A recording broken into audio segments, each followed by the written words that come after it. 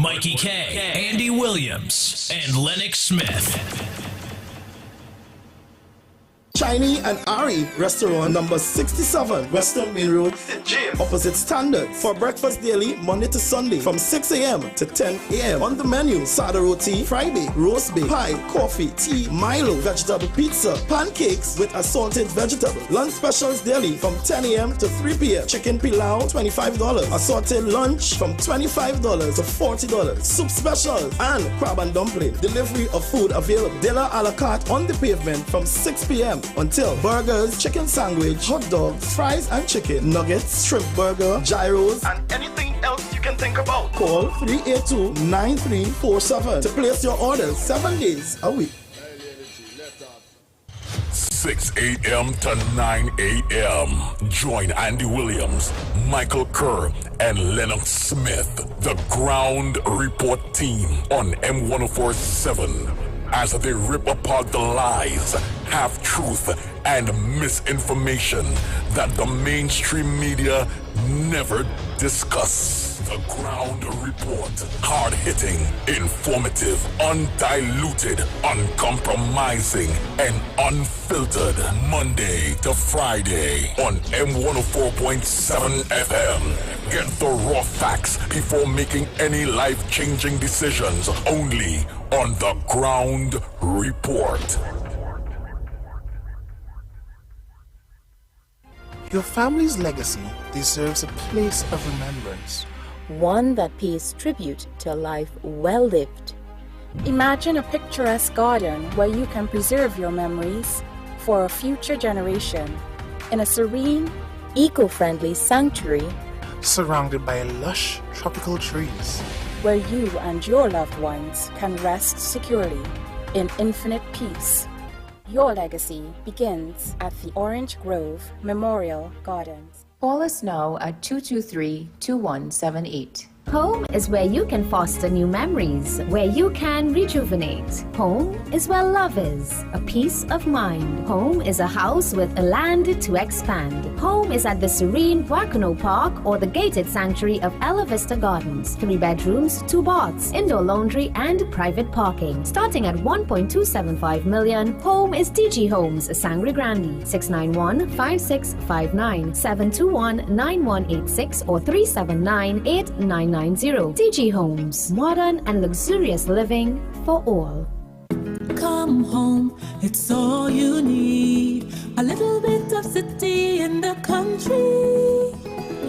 Sangre Grande is the place to be. DG Homes gives you luxury. Affordable, brand new. DG Homes come shining through. Step into reality, a home of possibilities. Dreams come true, it could be you. DG Homes, modern, luxurious living for all. There's a new drink that's transforming what you expect from a beverage. U-Juice is 100% natural and has the power of red ginseng, turmeric, ginger, and the world's strongest antioxidant, astaxanthin. Your new favorite drink has arrived. U-Juice, en route to the ultimate you. U-Juice, U-Juice, U-Juice. I'm on my drink, we got a natural boost. Listen up, everybody. More FM 1047 presents the Charmaine Ford Show, hosted by international singing sensation Charmaine Ford.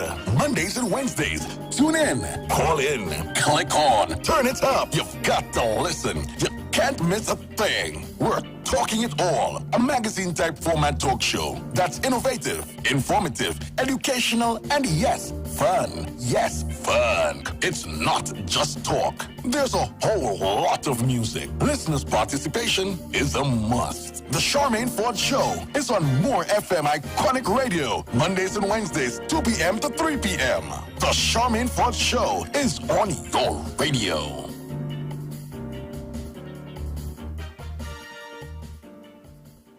Guess who's celebrating their 35th DJ anniversary on Saturday, 5th November? All Howie T fans, friends, and family.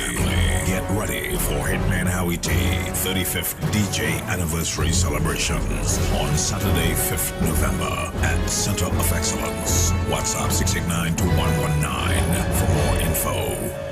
Get ready. More FM and Hearty Food Supermarket presents its first annual fundraiser. The Icons Can Cook. On Saturday, 26th November at Hearty Foods Car Park, Arima. Come by for your favorite personalities. More FM 104.7 Icons Can Cook Christmas Edition. Yes, there are 9 team leaders and they are ready with their menu. Amitabh, curry, music library jerk, Star Child, barbecue, Robin, Christmas dish and turkey, kabuki, pigtail, and pork pilau. Howie T, Chinese food, Dr. Hyde, blue food, Robert Tamar, salad bar, and Hearty Foods, lamb and chicken biryani. All 9 chefs and their menus are ready. Everybody ready? Get your tickets now. Call 628-4073. The biggest group to purchase the most tickets win a prize. Tickets are only $60 for the best food from your iconic chef. Vie for your favorite team at Hearty Foods Car Park, Saturday, 26th November. It's lime, music, food, and fun. Make today a lucky day with KFC Lucky 7 bucket. Savings never taste so good. KFC in your neighborhood. 7 pieces are delicious. Mouth-water and chicken. 5 regular size for $1.17. Now that's savings. KFC Lucky 7 bucket. 7 bucket. We're lucky with KFC. Happy to save with a KFC Lucky 7 bucket for only $117. We're lucky with KFC. This is the thing. KFC Munch Pack, a good vibes we bring. Munch Pack, you need a stack. I suggest KFC Munch Pack. Treat yourself with a Munch Pack. Munch nights when you're hungry. Come and get a great deal from KFC. 1 piece and fries, $19.95. Munch nice with a KFC Munch Pack with 1 piece and fries for only $19.95. Munch Pack. Munch nights when you're hungry. Munch Pack from KFC. Why is there still so much period stigma? Why have we been taught that our feelings are related with PMS? Why do people still believe that periods hold us back? I won't hide who I am. My body is strong, but it can also be vulnerable. I am everything the woman who came before me dreamed of. I don't accept period stigma.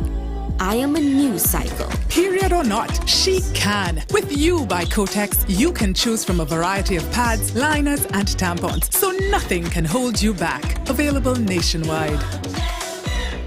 Looking to complete your home or business project? Well, the place is Michelin Hardware. We carry a large selection of roofing and plumbing supply, lumber, steel, water tanks, tools, and more. Get your sand, gravel, sand filled by the bag, yard or load. No one beats our prices. Visit us at M&R Building, number 97, Eastern Main Road, Aruka, or call 646-2144. WhatsApp 327-7761. Michelin Hardware. Resal's Funeral Home Company Limited. Services include cremation, burial, embalming, human remains repatriation, tents, and grave markers. At Resal's Funeral Home, you can stay in the comfort of your own home and be assured that all your funeral needs are met from the time your loved one passes on to the day of burial or cremation, which simply means we do registration, acquire death certificates, and much more. We are on call 24 hours, 350-3626 or 218-5104. Warrell Regis and Company Limited. Services offered: new tires and battery sale, motor vehicle inspection, mechanical repairs, fleet maintenance, tire alignment, wheel balancing and rotation, nitrogen installation, auto body repairs. Authorized agent for all major insurance, windshield replacement, wrecking service, parts and accessories. SMR Enterprise Shoguanas. Telephone 665-3377 or email warrellregis@yahoo.com. Open Mondays to Fridays, 8 a.m. to 5 p.m. Warrell Regis and Company Limited. Come to Sheltec for your everyday gaming needs. Get your eShop, PSN, Roblox, and Steam cards. Also get the latest PS5, PS4, Xbox, and the Switch games. We have everyday specials, 2 for 500 on games for everyone. Shop online at sheltechelectronics.com and get even more discounts. Visit us at 11 to 13 Frederick Street, Capital Plaza, Port of Spain. Come to Sheltech for your everyday gaming needs. 6 a.m. to 9 a.m. Join Andy Williams, Michael Kerr, and Lennox Smith, the Ground Report team on M1047 as they rip apart the lies, half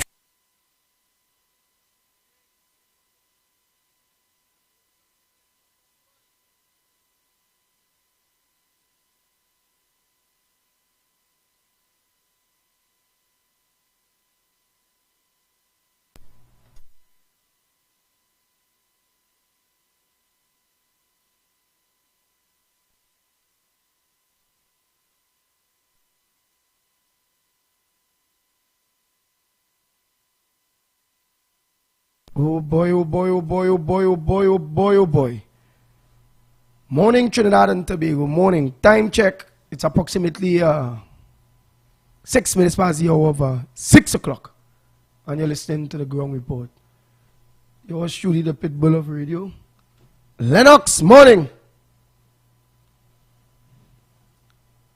Lennox. Oh boy, I wonder if he hearing. So I'll just give me a little. It's a slight technical difficulty. Mm-hmm.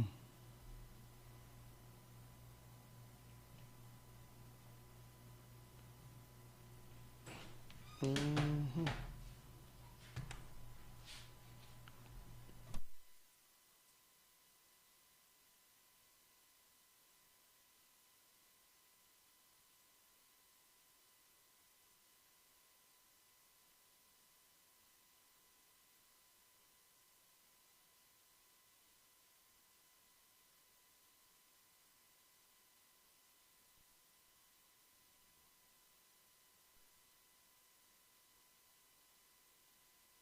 The seen along skinny trace of the SS Arian Road, jaw-dropping, appearing as if there had been an underground eruption by the large raised cracks in the asphalt. At least one home in the area has also been damaged. Minister of Works Rohan Sinanan calls it a major land movement based on a report he received from the engineers. It has started happening actually over the last 2 or 3 weeks with the yellow alert and so, but what we recognize here and what the engineers pointed out is that there's a major piece of land movement. It actually started maybe around this area and it started to pull this trace, and then this trace connected to the major road. It started actually pull the major road as well. The minister says it comes as a result of saturation of the land over time, pointing in part to the residential developments. This here is clearly water over a period of time, getting under the drains, getting runoff water, and so if you look at some of the houses and so there's no real guttering, and that will just add to the problem. That problem, he says, has also created a major landslip along the SS Arian Main Road. While Skinner Trace falls under the Superior Regional Corporation, the ministry is intervening because of the magnitude of the situation. The engineers will come in, they will look at the area, how we could divert the water, and look in terms of how we could reinforce this trace first, get it back up, and also the main road. It is something that has to be done immediately, because the way the water is flowing in this area, if we allow it to remain for any period of time, it will just do a lot more harm. Labeling the SS Arian Road a major thoroughfare, Sinanan is concerned about any further damage. He intends on communicating with Local Government Minister Faris Al-Rawi to formulate a proper solution. Meanwhile, the corporation is pleading for a timely response, even if it is an interim one.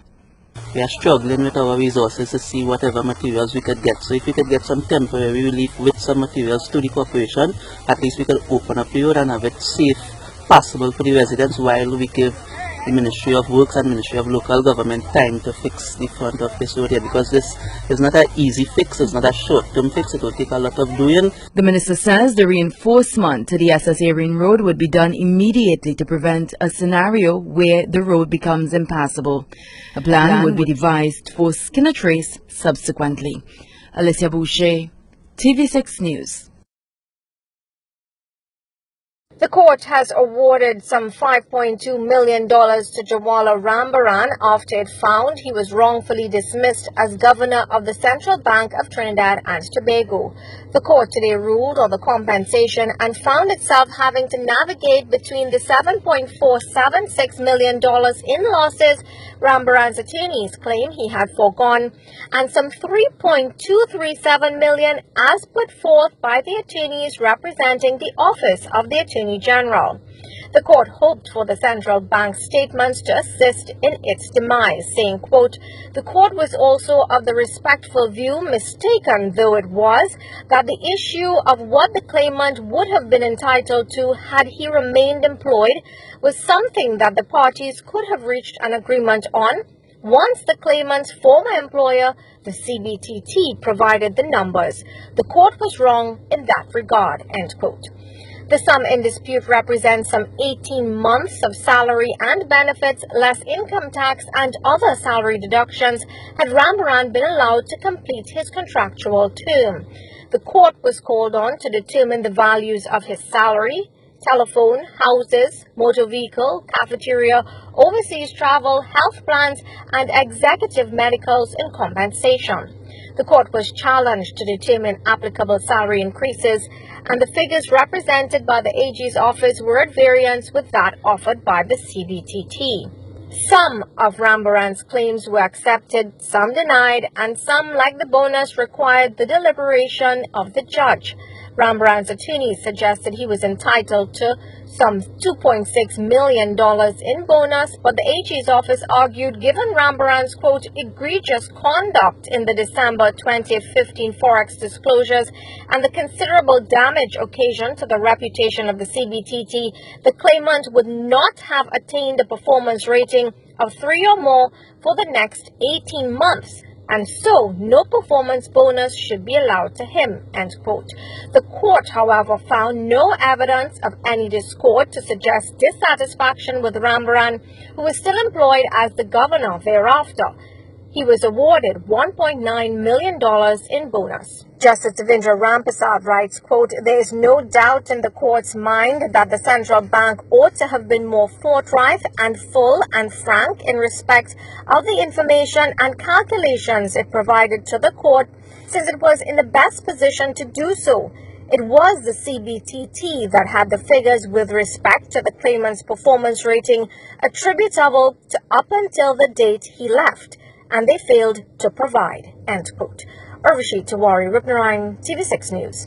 One attorney says there is nothing in law called an indemnity agreement. During a news conference hosted by the opposition UNC today, the attorney said only the Director of Public Prosecutions via an Act of Parliament has the authority to sign off on any plea bargaining. This as the UNC is taking note of the silence of attorneys involved in the matter of Vincent Nelson's claim against the state for an alleged breach of an indemnity agreement. Joe Brown reports.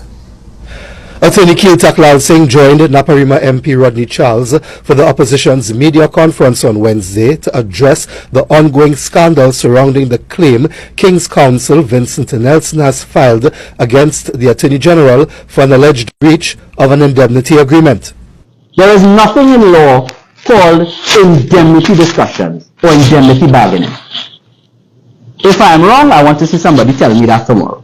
There is nothing in law called indemnity bargaining. What that was is that you were trespassing on the functions of the DPP, who by act of parliament has the authority to engage in plea bargaining. An apparent reference to the 2017 Criminal Procedure, Plea Discussion and Plea Agreement Act, which states a prosecutor shall not enter into a plea discussion or conclude a plea agreement unless the prosecutor first obtains the written permission of the Director of Public Prosecutions. The Act further says no improper inducement shall be used to encourage an accused person or suspect to participate in a plea discussion or conclude a plea agreement. What is plea bargaining in short? When a witness or when a defendant wishes to plead guilty and give evidence. Who does that remind you of? The Director of Public Prosecutions, Senior Counsel Roger Gaspard, discontinued criminal charges against Senior Counsel and former Attorney General Anand Ramlogan and former Opposition Senator Gerald Ramdeen, noting that Mr. Nelson has refused to give evidence until his civil claim against the Attorney General is completed. In March 2020, the Express newspaper reported that fines totaling $2.25 million had been imposed on Mr. Nelson after he pleaded guilty in June of 2019 to 2 corruption charges. It must be understood by the population that once you accept that the DPP and the DPP alone is in charge of criminal prosecutions, the function of plea bargaining is solely a responsibility of the DPP and no one else. Last week, Rural Development and Local Government Minister Faris Al-Rawi said during a news conference that the indemnity agreement between the state and Mr. Nelson. Mr. Al-Rawi... Whenever Mr. Nelson, I don't know what happened, but whenever Mr. Nelson showed up at Cabildo Chambers, the only advice and the only discussion the then Attorney General should have said was, sir, please go a few doors down to Mr. Roger Gaspard, SC, and have a discussion with him. The only opinion and advice that the Attorney General should have been given is that, sir, you ought not to be engaged in drafting any agreement with Mr. Nelson. I say that with all due respect to any other lawyer who would have given advice. MP Charles spoke about what he identified as the removal of legal services from the public procurement legislation. We have to ask, was this done to ensure that they had a free rein to enter into improper, costly legal arrangements with Nelson? Or was it merely to buy the loyalty of a grap of Port of Spain senior counsels? Just asking for a friend. Expressing his anger, Mr. Taklal Singh said the matter goes beyond the issue of the indemnity agreement, as he referenced Wednesday's Express newspaper article that attorneys in the Nelson matter are being silent. Silence is the tool of a dictator and the companion to oppression. And what we have in this country is bellowing silence. Bellowing silence. The Prime Minister is silent. The Cabinet is silent. The judiciary is silent. Civil society is silent. And today, why I am here is because we now have an allegation or a comment, and a very well-supported comment by a major newspapers in this country, that lawyers in this country are silent. Both Mr. Taklal Singh and MP Charles called on the Law Association and the civil society groups to state their positions on the Nelson matter. Jewel Brown, TV6 News. Attorney at Law Martin George is unsettled about what he believes is a lack of information relating to the indemnity agreement offered to King's Counsel Vincent Nelson in the corruption kickback case against former Attorney General Anand Ramlogan and former UNC Senator Gerald Ramdeen. There remain several troubling and disturbing and unanswered questions as it surrounds this entire imbroglio and debacle with this indemnity agreement and Vincent Nelson, King's Counsel. George finds it unacceptable, as he says the public has a right to know the specifics about the agreement inked under the tenure of Faris Al-Rawi when he was Attorney General. We need to get a fulsome, wholesome clarification and explanation from the agents and officers of the state, whether those who currently hold positions or previously held the positions. We need some clarity. According to the attorney, it's a matter which cannot be allowed to be swept under the carpet for what he says are certain serious questions being brought to surface. Questions now arising as to whether there was some level of governmental or political interference in this entire process. And if that's the case, that's very troubling and disturbing. He's certain that citizens would want to see justice served if in fact there was any wrongdoing, which should be determined through due process. That their cases are tried and a decision is made one way or the other. The public has absolutely no confidence left in the judicial system of Trinidad and Tobago if it is that things like this continue to happen and continue to bedevil the administration of justice in Trinidad and Tobago. George is calling on the government to provide clarity on the matter to aid in restoring public confidence in the justice system. He says with respect to the justice system, there cannot be one rule for the rich and powerful and another for the poor and indigent. George labels what has transpired thus far a scandal. Because it's nothing short of a scandal. This scandal exposes that there is no equality or equity in terms of the administration of justice as it occurs in Trinidad and Tobago. Alicia Boucher, TV6 News. Red flags in this scenario than a PNM rally on the weekend before the general election. There are more red flags in this entire scenario than a massive PNM rally that you would see on the weekend before a general election. Everything about this matter stinks to high heaven. And I'm telling you, as malicious as the PNM could be towards the UNC, there is a dollar value involved in this entire scenario. And I firmly believe that nothing short of a complete financial investigations by the FIU, the FIB, and the ACIB is warranted in this situation. And perhaps it is absolutely necessary to have those investigators and the information that they can be brought before an independent commission of inquiry, because of the fact that we do need in this scenario persons who are totally outside and unreachable by the tentacles of the PNM. And that is what we need in this situation.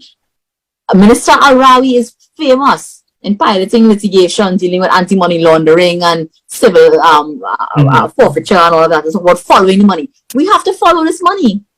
We have to find out if some of the money being paid to these lawyers for opinions and for representing Mr. Nelson here and there, where the money is going.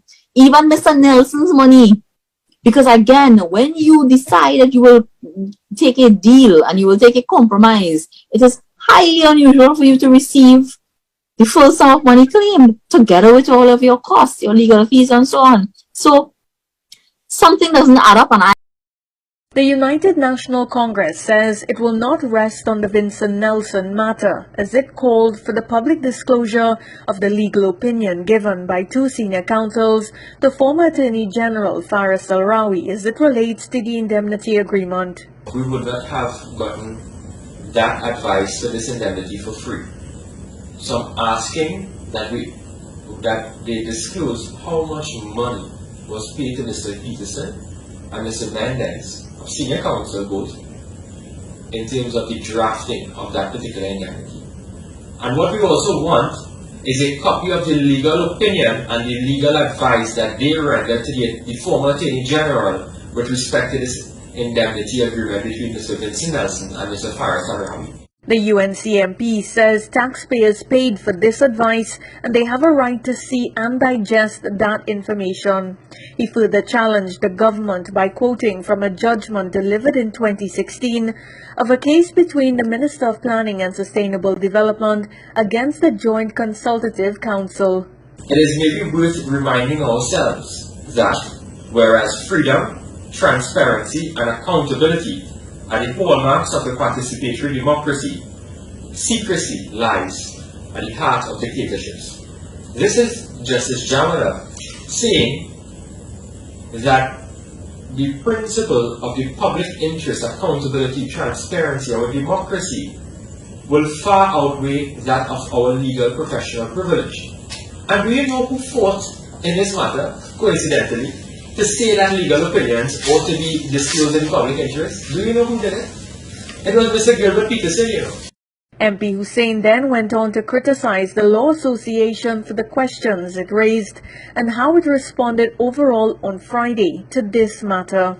The fourth question is whether in procuring the indemnity agreement from the former Attorney General, he negotiated a plea agreement within the exclusive remit of the DPP. In the indemnity, the Attorney General is saying, give the statement that I'm going to tell the DPP not to prosecute you.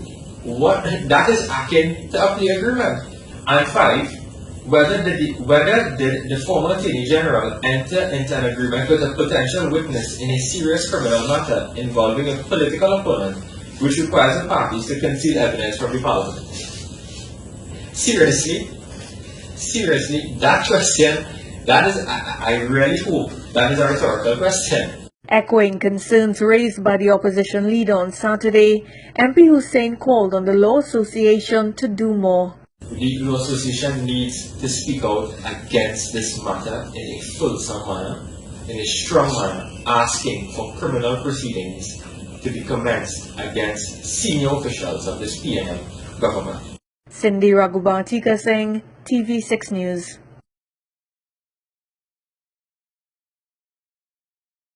Before we move away from this topic, I'd just like to understand if this is something that you would have spoken with the Attorney General about. I know you were abroad when he issued his statement and so on. I saw at the very beginning 1 or 2 persons, especially somebody from the media, was sending me questions asking me if the Attorney General, if the Prime Minister had done his due diligence and whether the Attorney General had recused himself.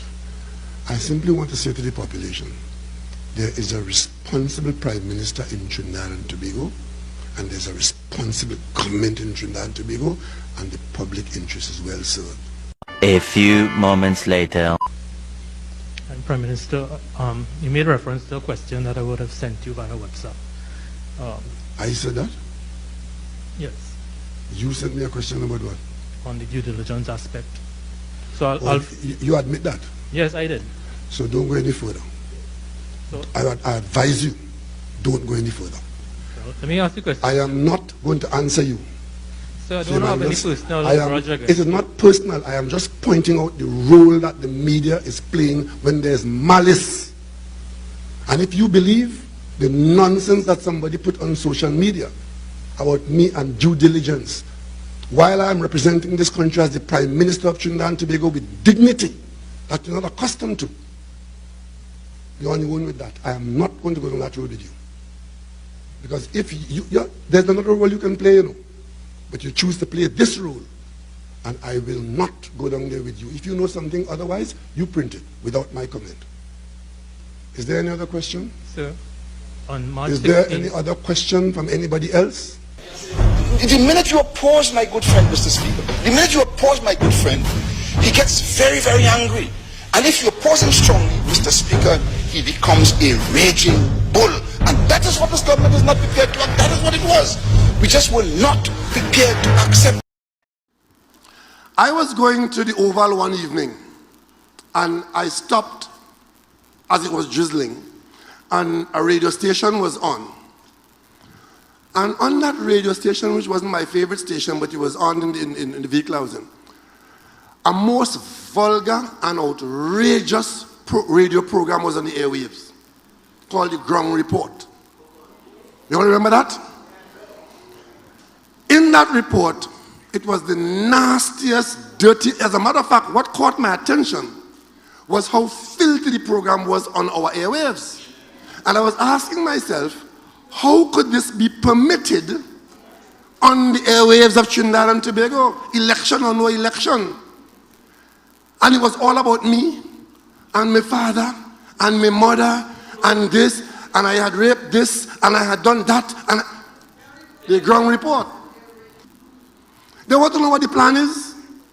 The plan is to put an end to this. The withdrawal of the claim was of such obvious public importance and controversy because it was announced by the Attorney General himself, not Petrogen, which is a bit odd. The Attorney General, as you'll see from the press statement, uniquely referred himself to the Law Association for his handling of the case. Why on earth would you do that? The Petrotrin is a state-owned company. and a major employer, spending and losing public money. And one point which you haven't been told of because Mr. Ramrold is, but I'll fill this in, is Petrogen has now fired all its staff. It was one of the largest employers in Trinidad.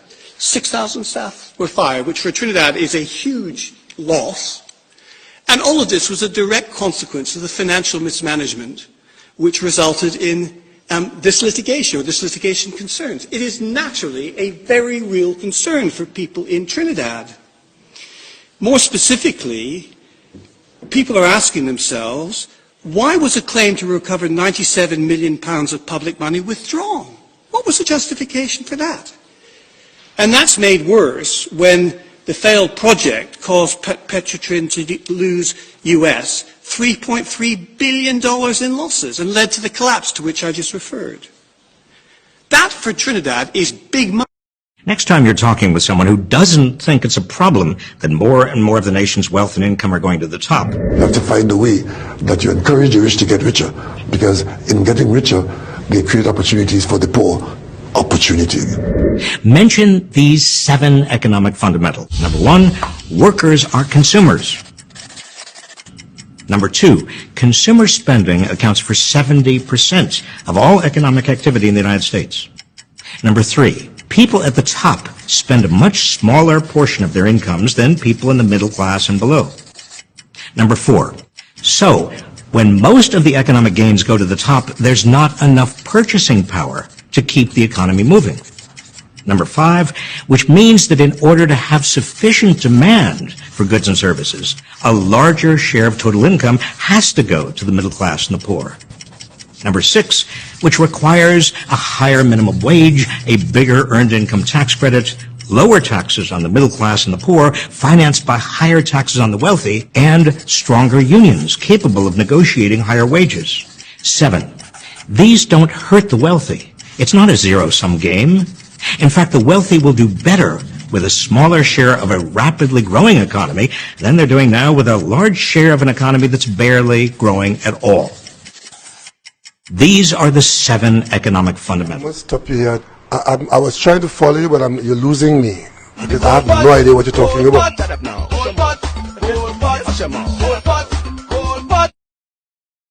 And annoying me in the intervening period. You know what time I get up in the morning? I go to bed between 2 and 3 o'clock in the morning, and I get up at daybreak. And when I get up nervous many times. Because what's going to happen to us as a people today?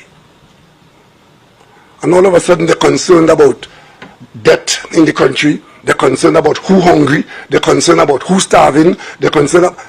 Just give me a break. Thank you very much. A code, a mafiosi code. We keep each other's secret. It's only when you break rank, you go there and expose us, and for that, we're going to kill you politically. It's the code of the Cosa Nostra. As long as we stay together, we will survive together.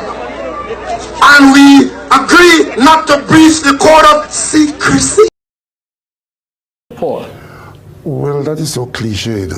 I'm not really trying to interfere with the bridge between the rich and the poor, because there's nothing wrong with the rich getting richer, but the poor must come out of poverty. Right?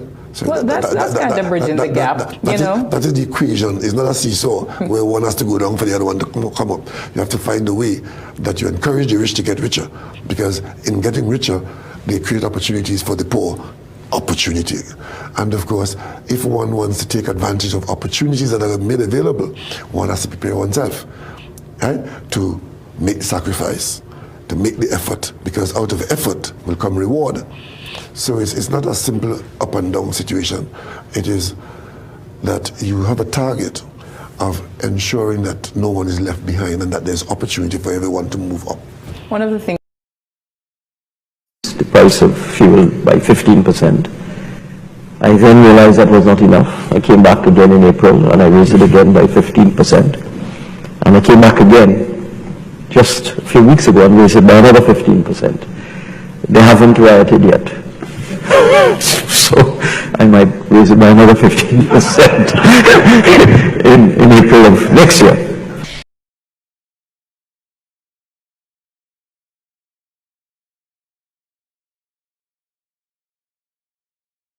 sense of self-reliance. You must develop a sense of confidence.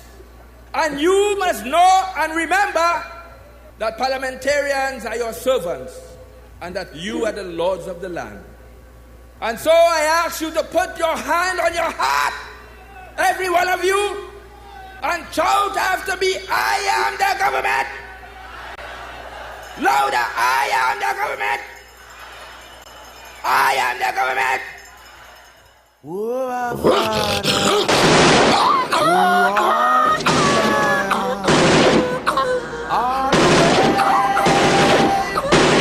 Nice. We finally Kelly Pitbull. Wow! Lennox Smith, a pleasant good morning to you. Well, my friend, Boy, we trying here, but everything all right, everything all right. Go ahead, Lennox Smith. What's on the updates this morning here? My friend, well, of course, people, inclement weather, the Met Office has extended, of course, inclement weather conditions up to and until, of course, Saturday. Prior to that, it was Friday. So all I'm saying, be prepared, of course, and they say that conditions such as we have been experiencing in recent times, a very familiar flooding, land movement because of oversaturation.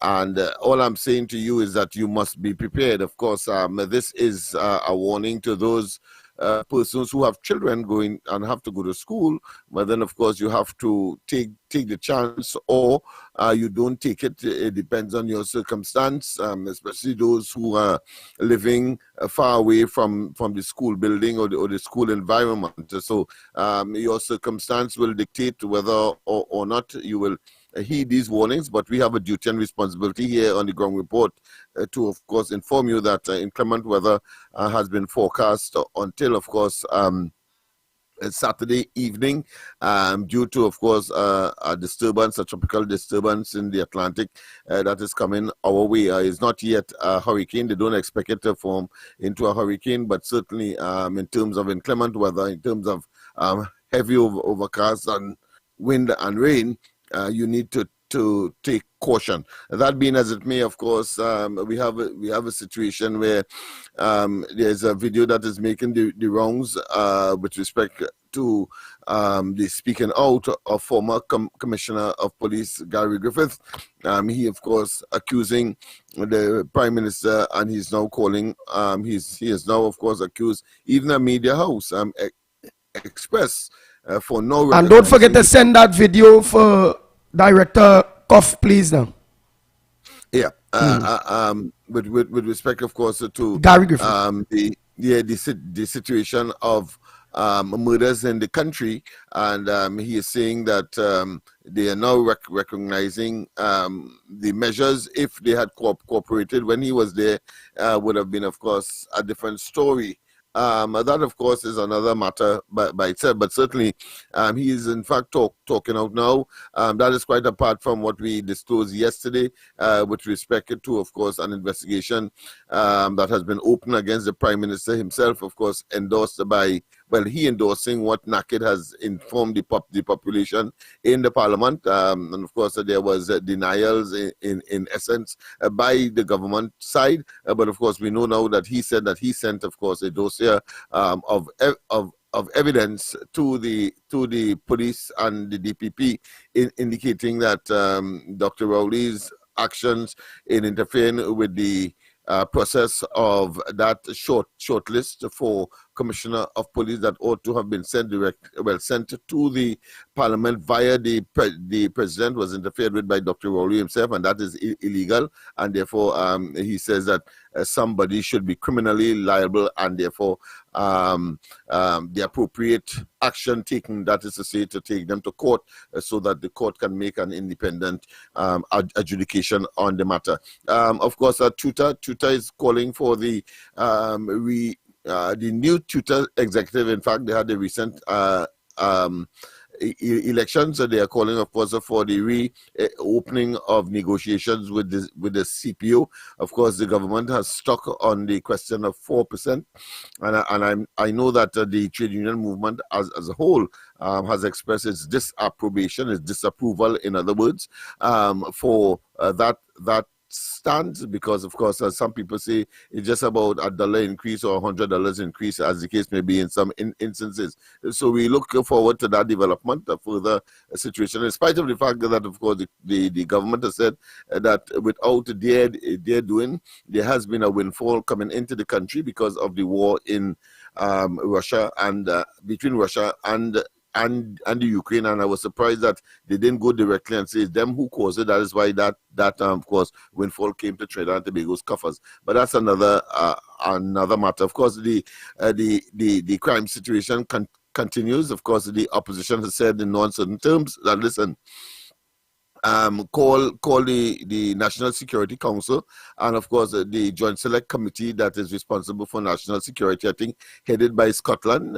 They have either written or about to write to them, asking for some kind of opening up so that they could discuss the matter, because over the weekend, according to them, some 16 murders took place, and that is untenable. Of course, when I looked at the Newsday today, I realized that it was a 323. You know, that Mazda vehicle that used to call a 323. Well, 3233 was the situation in terms of murders. Three on Friday last, 2 on Saturday, and then 3 on Monday as well. So that 3 situation continues, and 3 on Tuesday. So there we have it. It's a very, very, very, very treacherous situation in Trinidad and Tobago. Once again, shambolic, and of course, Dr. Rowley and they politically has lost their mandate.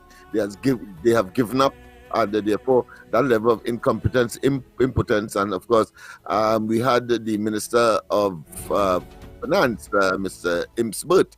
He is claiming now that, of course, poor collection of VAT is responsible for the shortage, but VAT is a situation where if people would have submitted their information on time, then of course owing upwards of $5 billion in VAT repayment to the business community certainly will leave a deep should I say negative hole in the cash flow of many businesses. But we know that the $22 billion that was allocated for COVID, that they said, of course, we know it was a hoodwinking, because a major part of that was used to actually pay VAT as was outstanding before COVID, as well as paying of contractors that they would have owed before COVID. And yet still, of course, we had a situation where thousands of persons were not provided with the relief that the 22 billion was supposed to address. And then at the same time, the Prime Minister was saying that he paid people to stay home in the lockdown scenario, and made people, of course, much more desperate coming out of the COVID. And it appears that they were hoping that the disease itself run its natural course, because the intervention with $22 billion, and when we compare that with, of course, Grenada, St. Vincent, Dominica, and our CARICOM colleagues, we realized that that money was badly spent, misplaced, and and the ultimate misappropriated. And it was another, of course, a sham on the part of this administration, even though they are boasting that somehow they have been responsible for, imagine, the reduction in debts. Our debts, of course, as far as that disease is concerned, is higher than any other Caribbean island of the same probably population, and in the world itself, of course. So we are in a very unenviable position with respect to that statistic. So I don't even want to go there, except to say that, of course, Dr. Rowley himself got the COVID, I understand, three times. First person in the world, might have, of course, been so exposed. But then, of course, he said that he had the best medical team, he had the best program to treat with that matter, and then of course provided some assistance and incentive to the workers. But we are learning now, very, very unfortunate, we are learning now that it was only for those who were in the parallel, associated with the parallel system, those nurses and other clinicians that were their doctors and so on, and not, of course, the other workers that would have been in the other system. And of course, the people are complaining that why select them and not the other nurses and other members in the health system. So that's another unfolding development that is taking place. I think it's over $200 million was allocated for that purpose in the budget as announced by the finance minister. Those are some of the issues that I want to address at this time. Of course, my apology to the large number of persons that expected the corridor transformation to be on last night. But due to, of course, technical problems, I think it was the internet or something like that. Of course, but we'll continue tonight with respect, of course, to addressing that situation where it is only the PNM can benefit when, of course, people are saying that Hinduism is not a real religion, and is only because the PNM would like people to believe on their racist agenda to, of course, associate that with Indians and along the East-West corridor make the people believe that somehow that is not a religion. Of course, we are making the argument, we are proving that, of course, it is a religion like any other religion. It has symbols just as every other religion, and whether you see a monkey or elephant, as the case maybe, it has symbolic significance, and of course it's about spiritual development, the right and wrong, ethics, and all of that is similar to any other religion. So stay tuned to that tonight as well from 8 o'clock, the corridor transformation, only on Facebook, and from as I said, from 8 o'clock tonight. Those are some of the areas, Andy, that I want to address. Back to you. Nice.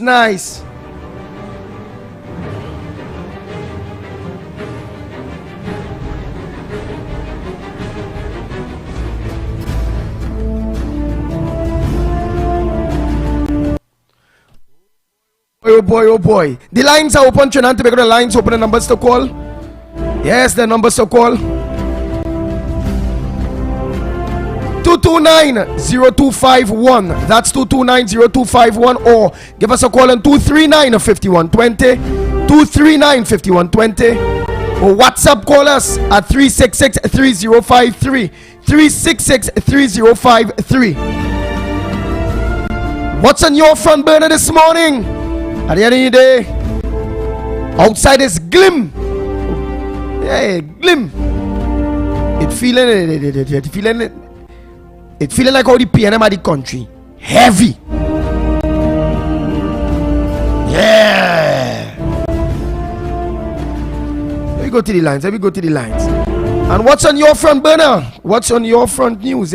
Morning caller, where are you calling from? Yes, good morning. Morning, gentlemen, morning. Good morning to you. Good morning. I'm calling from Princestown. Gentlemen, this morning I listened to the news, and all I am hearing on the news is Minister of Finance says, Minister of Foreign Affairs says, Minister of Housing says. Every story is about some minister saying something. I'm talking a lot of hogwash, a lot of nonsense, a lot of things they're talking about that is not helping anybody in this country. While the country continues to go to hell in a handbasket, as Mikey would say, 16 murders over the weekend. We have now reached 494 murders in the country. People's houses are being invaded by landslides. The roads are deteriorating all over the country. People can't even drive their cars or even walk on the road. And every story is on minister says, minister says. I ain't seen minister doing nothing, gentlemen. Nothing that will help the people of Trinidad and Tobago. Further to that, Lennox Smith, did you hear that Mr. Imbert firing of the central bank government, the former central bank government, now will cost taxpayers $7 million. $7 million now the taxpayers have to fork out to pay Mr. Jawala Rambaran for wrongful dismissal. Thank you, gentlemen. Yes, I read that this morning. Thank you very much, of course. Good morning, caller. Morning, Andy. Morning, Andy. Lennox Smith and the Ground Report. Morning, and Guru. Morning, Guru. Long time I ain't here, brother. Whatever going, Andy, as I say it and I say it again, this country is in a position right now for a brand new election. This government, I want these people to understand all these evidence and these media houses who hiding. Well, I listen. Good morning to Anna Roberts.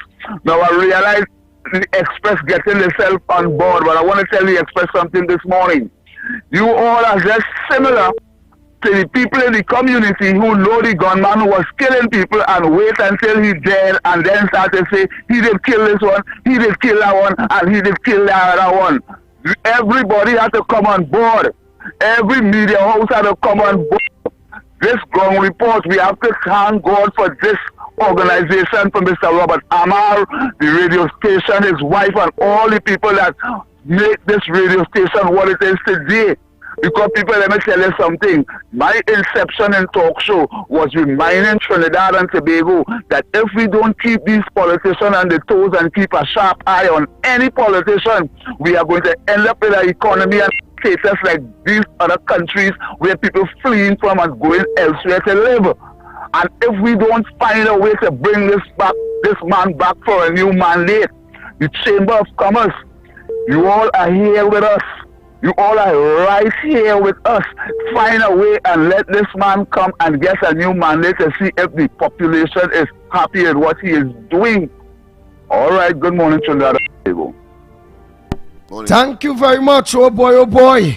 So for all new callers, the numbers to call 229-0251, that's 229-0251 or 239-5120, 239-5120, or give us a WhatsApp call at 366-3053, 366-3053. That's the WhatsApp number. Morning caller, where you calling from? What's on your front burner on the Ground Report program this morning? Good morning, gentlemen. I'm calling from Carnage. Mr. Guru, pleasant good morning to you. Thank you for coming back out, brother. Enough respect to you every time. What I want to find out from you this morning, Andy Williams, you and Mr. Lennox Smith, I would like to ask a question. I would like to understand it in layman terms, please. Mr. Alwari, the decision Mr. Alwari made to pay Mr. Nelson, anytime anybody has to go into any sort of agreement with any criminal for the state to get a conviction, that is not the job of the DTP? Yes or no? Yes, criminal matters. Right, so in Mr. Alwari position as a politician, Mr. Alwari take the responsibility as the DTP and make a decision that now fly back in the government face. Am I right or wrong? You're right. Right, so as a result of that, what will it take the government now, knowing that the taxpayers' money is responsible and is jumping up for that fiasco, what will it take the government and the people in charge for heads to roll, which is what's supposed to really happen. Heads supposed to be rolled right now at present. Locked on and listening, brothers. Thank you very much, caller. Oh boy, morning caller, where you calling from? What's your contribution on the Ground Report this morning? Morning. Somebody said it, get the hell out of office. Call an election. Good morning. Yeah, morning. That money they want to pay that man. They both want to pay. Remember, you're not here alone sharing in that money. So check your brain and know what's going on. I want the Rowley boy. You know, I the man who love you bad. I forget to wish you happy birthday. I the only man in Trinidad must love you plenty. Carry on, Rowley. Carry on, man. Give them pressure. Sarcasm will get Lyndon Mark, a pleasant good morning to you. Andy, morning. Are you live right now? Yeah. We live, you know. Oh, if you can't talk no way, you want to talk to me private, no problem. But I call I want to discuss. Yes, I want to find out what's the status of Tobago at this point in time. Well, I know it's Carnival coming. Did the THA play a major role in the Tobago Carnival, or is the PNM to go down here, go up there and doing what is the benefits that bringing to Tobago at this point? We want to know. We want to know if the THA doing some things different. What I have been seeing is everywhere Rowley is, Farley Day, and when he's smiling with this man, like if this man is a role model for him, like in love with this man. When people in Tobago balling, Andy, that's just my opinion. I'm not telling you. I just saying what I think. However, and Tobagonians Coleman tell me the same. But I want to hear from you. What's going on in Tobago? So let me just say it to you. I already want to have a discussion with you in private. Yeah. Yeah. Well, we go have that position after the program now. But use a Tobagonian activist. Well, you use a serious man, a human rights man. So what's going on in Tobago? So, first, I haven't been too much in tune with all the activities that have been taking place in Tobago because I have some private developments that I'm currently working on. That's one. Two, I am not too sure about the developments between Rowley and Fali. I did know that they were in church at one point in time. And yes, I have seen them in couple pictures. I want to say, yeah, go ahead. You say you know you was in church. You're good. Go ahead. Yeah, I know that I saw some pictures with them in church. But I want to say to you, at the end of the day, that's just politics in all endeavor. Anywhere around the world, you will see that happening. Yes, we have a United Nations that will bring together governments of all over the world in order. So that's for me. That's just government. Once the chief secretary is not literally conflicted in his duties, that is basically all I have to look out for. Whether or not he's conflicted in his right, but then you don't want to say that because remember you say haven't followed up a while, so you don't know if he's conflicted in his duties. Remember, I have been following up, and other Tobagonians have been following up. So at this point in time, we find him moving like he conflicted in his duties because Tobagonian people saying, young Calypsonians saying they ain't getting no work. Right? They ain't got no work. If the THA taking a rail road, they're supposed to look to see how they can get all them Tobagonian, Calypsonians and soca artists in late thing there, but they can get like gig, all them different things. But the two going charge. Let me just say that this is actually the first Tobago Carnival that has been set in motion. I will also say, have there been some things that was not in my approval? I will say no. Have there some things that I think that can be done better? I will say yes. Okay? But at this point in time, a lot of people, I'm going to say this to you, there are a number of persons who are going to be the complainers. The reality is right now, we are saying to Tobagonians that we need to directly be in the avenue of development. How do we get to that stage of development? And I will say this as a person looking at the facts outside. Many persons want the kind of development and want the kind of change in 9 months. It is impossible. And we have to be able to recognize that fact. I mean, and if you go to ask any contractor in Trinidad or Tobago, how long it takes for them to get some measure of training, it's over 9 months to a year. It will take them literally to get the kind of training that they need. Any of these programs, when you're going to be an electrician, a welder, whatever, you can't expect an administration to bring that kind of systematic change in 9 months. It's impossible. I agree with you. No. Whoever's selling that is correct because I will bring it up a point because you say it's a developer too. I agree with you. It will just like like the longest bridge and toll bridge and those different things that will take, let me say, 5 years, 6 years, 9 years, 10 years, based on what is the construction or what they're doing, it will take some time, right? But in that, in taking that time, it already have a printed plan, laid out plan of exactly how it going, so we will know within the 9 years that bridge built good, or that big boat or yacht or house or that road we build from Mantelena to wherever, that it do good. It must have a structural plan from start to finish there, so we can see that it going in that direction. But at this point in time, we are not seeing the structural plan for that rescue. Telling me it will take more than 9 months, it will take more than this. All right, even if it's gonna take 2 years for that to settle, we must see the blueprints. Lennox Smith, me know if you want to get involved in what it is I'm trying to explain here, partner. Well, let me The comment layout. before I allow Lennox to get in. Let me comment before I allow Lennox to get involved. No, Lennox Smith. I'm sorry for calling it. Let the man finish. Because again, I not on you fighting no battle for nobody. Right. Let everybody don't talk for nobody. Go ahead. Hear what I'm saying to you. Now, remember, the THA did ask for a budget of a certain amount, and they would have only gotten about 2.5 billion of a budget, right?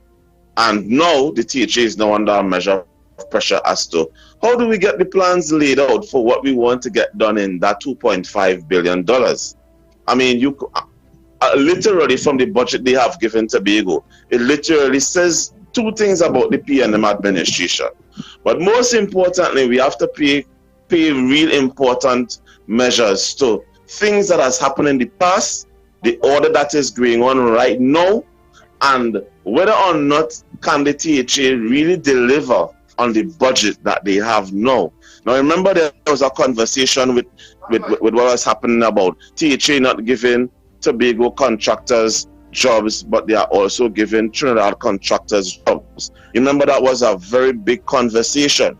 And I will tell you, as an independent person looking on, I will say two things we have to remember.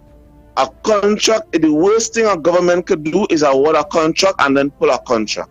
There must be real legitimate reasons for pulling a contract from a contractor. The country cannot, the THA cannot afford now to go to court. And for them to just pull a contract from a contractor means you're putting yourself in more financial issues than you already have. We are already seeing the case on the corruption under the last audit that they have seen, where they have said works have been paid by the previous administration for jobs not completed. And this is what we must take into consideration. So two things we will recognize. One, yes, there would have been jobs given to contractors awarded by the previous administration. What persons have to recognize and ask themselves now is if this new administration provided the same measure of contracts to Trinidad-based contracts, and based on what merits did the Trinidadian contractors, were the developments cheaper than what the Tobagonian contractors would have charged? These are things we need to know before we make those proclamations. But I am not of the view at this point in time that by the now current administration there's any measure of corruption and wrongdoing at this point in time. I have to await those facts to come out before I formulate an opinion. That's my and view. I'm at that view at this point in time too, right?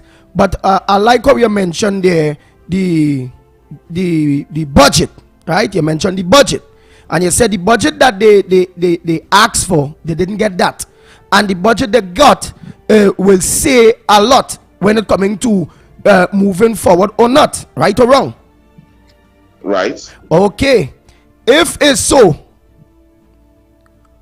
unconventionally, why it is Farley and the new THA in coming out boisterously, mobilizing their people, the Tobagonians, because remember they're asking for something for Tobago people, which will be no different to the PNM, let me say if them was running it, and a UNC was in government, and we see it many times over and over, where London, PNM London, Ovid, used to organize and come out and fight and press for his budget, whether they're getting audits or not, or this or that. He used to mobilize, come out, be voiceless, and fight. I used to see that. I used to, boisterously used to, right? And with this one, boisterously, he is not coming out and fight. Yeah, what you go say? You will say, yeah, all right, and I go say, I will tell you, yeah, too, the young boy might be really fighting, Farley August might be fighting wherever it go, but it's not reaching the people, partner. Why it's not reaching the people? Farley's a bright fella, he has real paperwork compared to me. I know it's not reaching the people, so let me say I in the position of Farley August Chavez. One, why it's not reaching the people? Because again, those Tobago PNM stations are devoted to the PNM. At the end of the day, the Iowa, the Tambourine, the Five, and all of them, at the end of the day, and mainstream media. So even if it is bouncing across there, The mainstream media is very important for the entire country to know. All right. So they're not bright enough to organize to know, or they need 2 years again to know how to go about getting their information out. How much more time they need with that? You say 9 months gone, and it will take a while. Let them settle. Let us settle. Right? How they will go about that? I know how to go about that and get my message out. Is they so dumb that them can't get the message out? Or not too bright that they can, or too bright that they can't get the messages out and what's going on in Tobago? And they're so bright that they can put up that fight if they ask for 4 billion after knowing and could use all of that as comparison to the people of Tobago because the fight is for them. That look at how much money they throw away, the elections go on there with the 3 extra seats, all that kind of thing. They spend out all the money before them brothers and them take office. It had no money there. We know all of that. I know all of that too. But let me say this to you. As a person looking at the status of the economy, 2 things we have to take into consideration. And I don't know if the current administration have done so.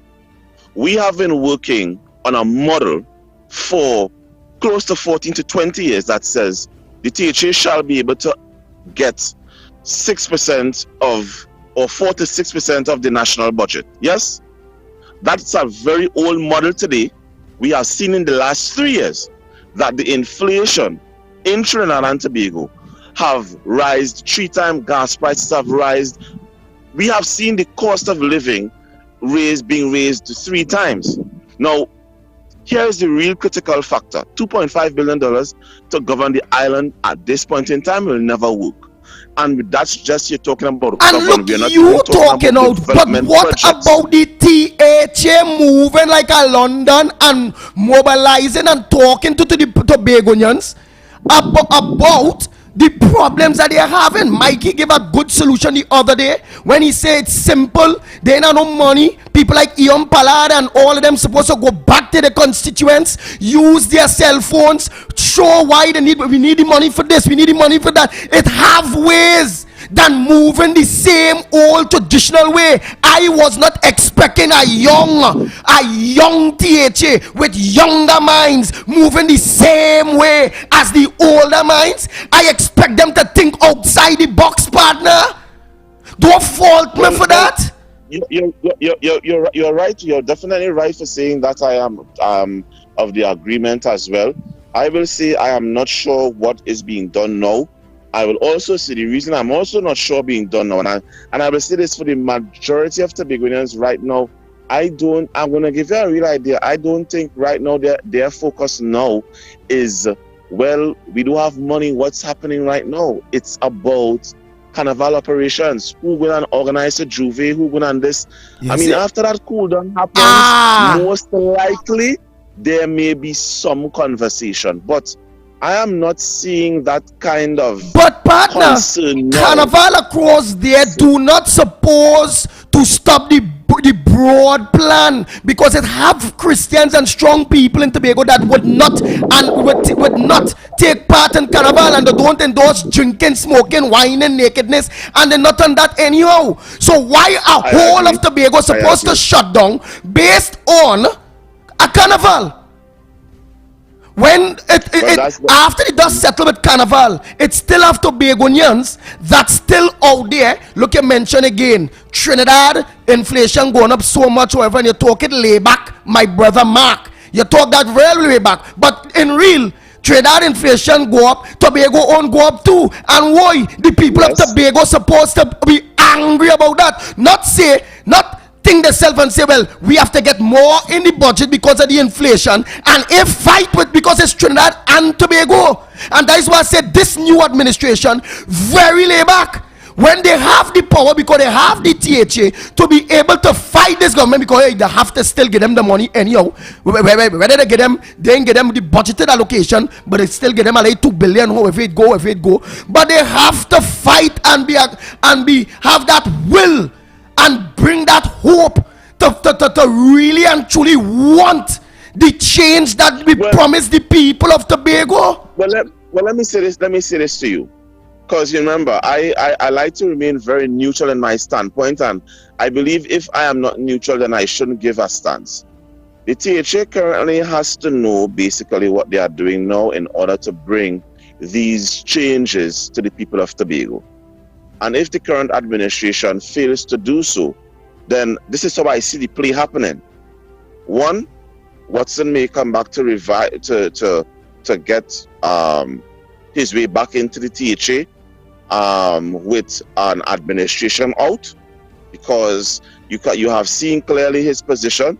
He has left the current THA at this point in time, and he is of the opinion that what promises that they campaigned on, it is not there. Now, I literally have to say that as someone looking at the political landscape. Yes?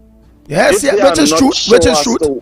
If they are not sure as to, if they are not putting the proposed fight as they're supposed to do for the people of Tobago, to see that they are actually fighting for the benefit of Tobago, then it's no secret two things is going to happen. One, they are going to lose some votes back to the PNM.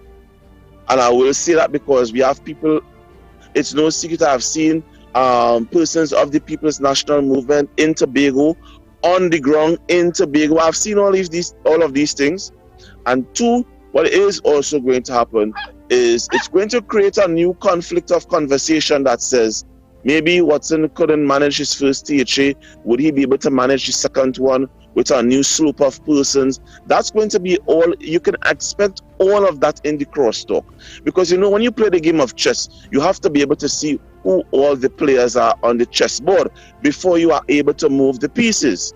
The question is now, can the new administration move forward strongly in their mandate to take the fight to Trinidad in order to get to the one thing that they promised to the people of Tobago, which is to get secession, and along with a number of things that they have promised. And this is what Westminster politics demands, that whether or not in your 100 first days in office have you been able to deliver on those promises versus your whole mandate for Tobago.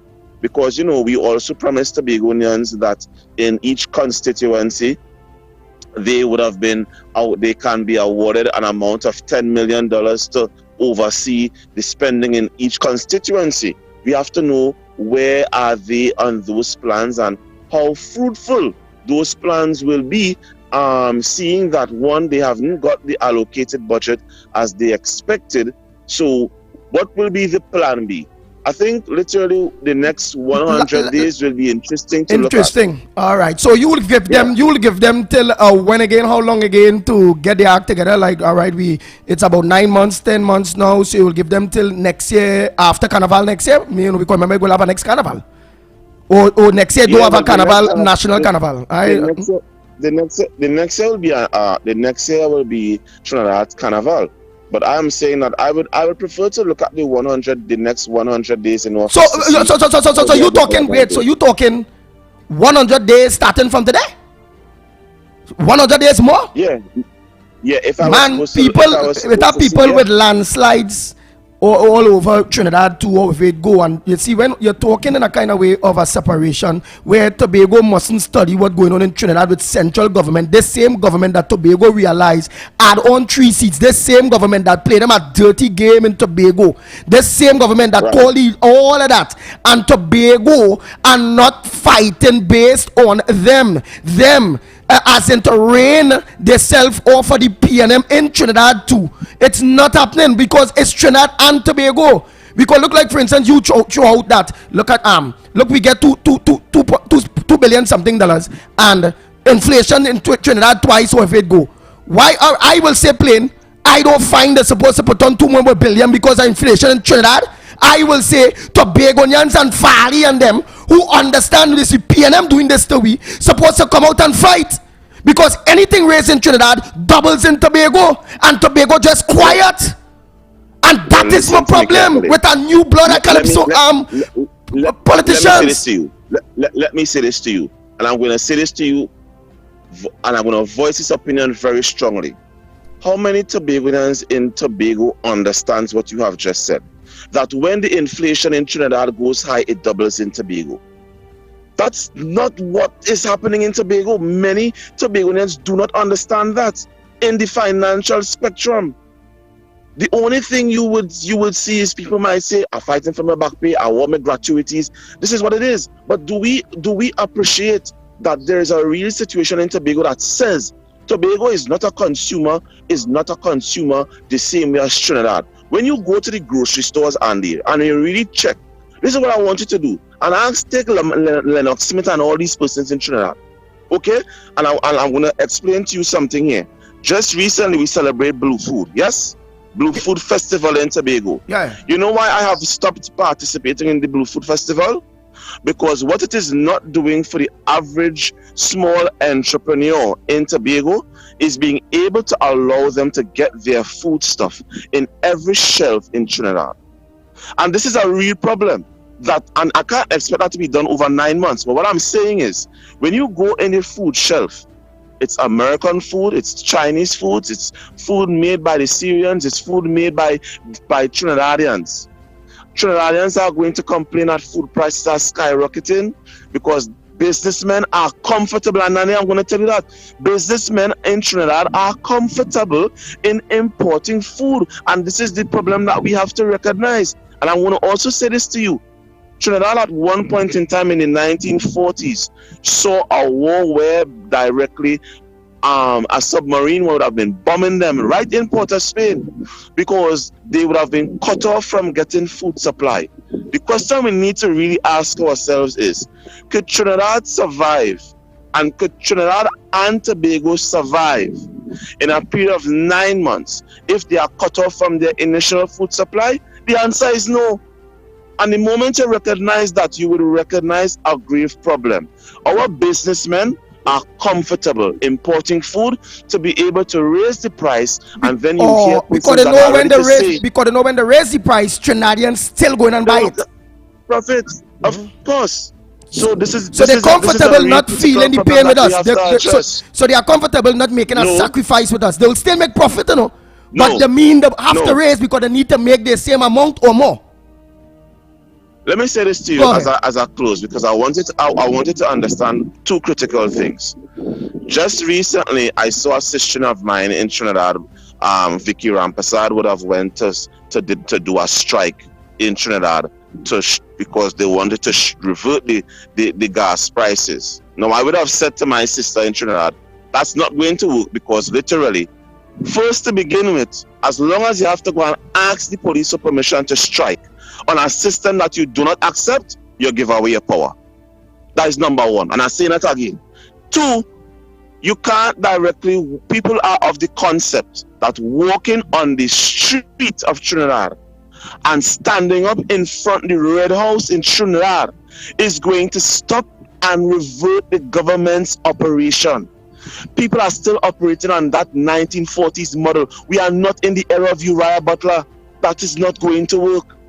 And if something of that nature has to happen, this means the businessmen who are affected, the Taxi Association, the Maxi Association, all these associations who claiming that they are feeling the pressure, what they should have done with her, with yourself, with whomever, they should have come together immediately, brought the Maxi and the bus right on the highway and shut the whole blasted highway down.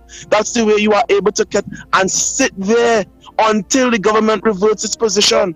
This is the only way you are able to, they are only there to be able to listen to your cry. Standing up in front of the parliament, don't do nothing for the government. Watch and see what's going on in office and who is in power. They will never listen to you. And this is what Trinidad and Tobagonians need to understand. Striking is not just about striking. It's about shutting down a modus operandi of a network. And the moment businessmen could say, here is what's happening, Andy. I'm not traveling to work today. The Maxi Association for the whole East-West Corridor is not providing a service for 1 week. Now you're going to have a ripple effect. Why? Business people can't get to work.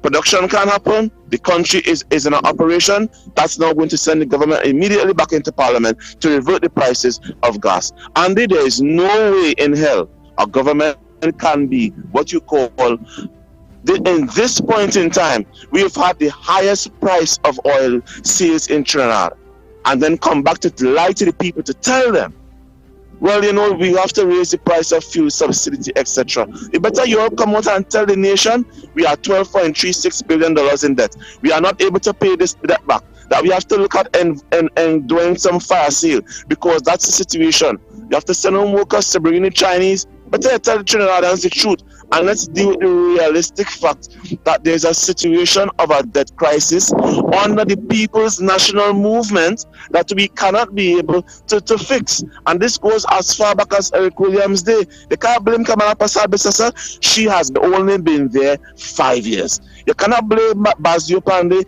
He has only been there 5 years. That's the facts. And what about Robinson? What about A&R Robinson? They can blame me? Eh? He has some measure. He has no, some measure. No, my thoughts with A&R Robinson. My thought with A&R Robinson. No, but listen to my thoughts first. No, I wouldn't blame him.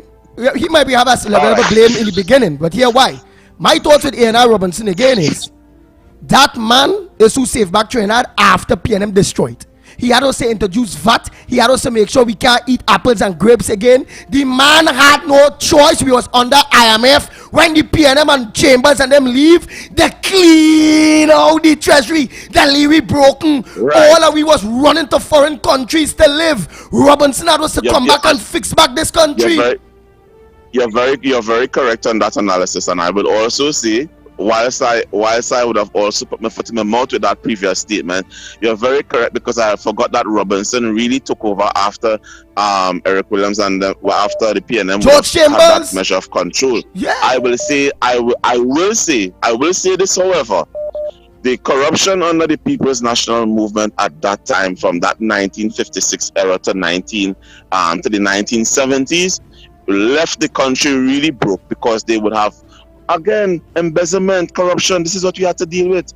People, I don't think Trinidadians. You said you wouldn't blame Kamala. You say you wouldn't blame. You say you wouldn't blame the UNC. You wouldn't blame Kamala, Basil Pandey, Robinson. No. So the blame is exactly where? The blame is exactly on the People's National Movement, and I'll explain to you why. In the 1960s, just right after we would have we just got independence. Yes. Remember, we just got independence in the 1960s? Yes. At that point in time, Trinidad was trading at $2.60 approximately to $1 US. Yes? Then we had a change in the financial economy. Two things happened. One, we came off the gold standard. Central Bank in Trinidad would have been you could have only print the kind of money based on the amount of gold that you had. After President Nixon came off the gold standard in 1971, the Trinidad and Tobago government did nothing to secure its benefit. It did nothing. Today we are in a financial crisis, Andy. We are trading on the black market. It is $8 and $9 to $1 US. And there's a black market that exists in Trinidad. Ask Let Column Inbound tell you they can't fix it. They have no way to fix it. To let Faris Alwari tell you when they go back to print over the new $100 bill, it was to do nothing. That did not benefit the regular man on the street. That did not fix the white collar corruption that exists inside the parliament at this point in time. And any independent evaluator that comes to tell you such, I tell them, show me the numbers and how did it work, because it's not working. We have a financial, and the last thing I want to say to you, remember directly opposition leader would have said, go to the International Credit Rating Agency, go to them. The International Credit Rating Agency, who would have given us a BBB minus average. Yes, it would have meant again that the government has not been able to do what they should have been able to get done. And they can't fix the problem. The only thing that they are going to do is implement taxes. That's the only thing. Have they reconstructed the financial model? It's not going to work. And I'm telling you, this model is not going to work. Jump high, jump low, say whatever you want. We are still dependent on oil and gas. This budget shows me that this deficit budget showed me that Colum Embert is there for the third time. He sat down, he laughed, he told the whole nation he raised gas price 2-3 times and we on strike. And he's right. In my humble opinion, he didn't have to say a word. Trinidadians will not get up and fight for their own interests, and I'm seeing that same thing happening in Tobago. We have to be able to change the conversation as to how do we fix our own problems. How do we stamp out the white collar crime that is happening by ministers and you know, board of directors, CEOs, all of them. Yes, permanent secretaries, deputy permanent secretaries, all the people in them high places, and them that just love money more than the poor people, boy. I want to say to you, this is the code of the Costa Nostra. You have to understand that. And anytime you step out of line, according to what they say, they will kill you politically. And this is exactly what you are seeing. If the current administration was ready and fixed on dealing with white collar crime, all this mad business you see going on in Trinidad couldn't happen. I saw one time they tried to bring one minister to Parliament.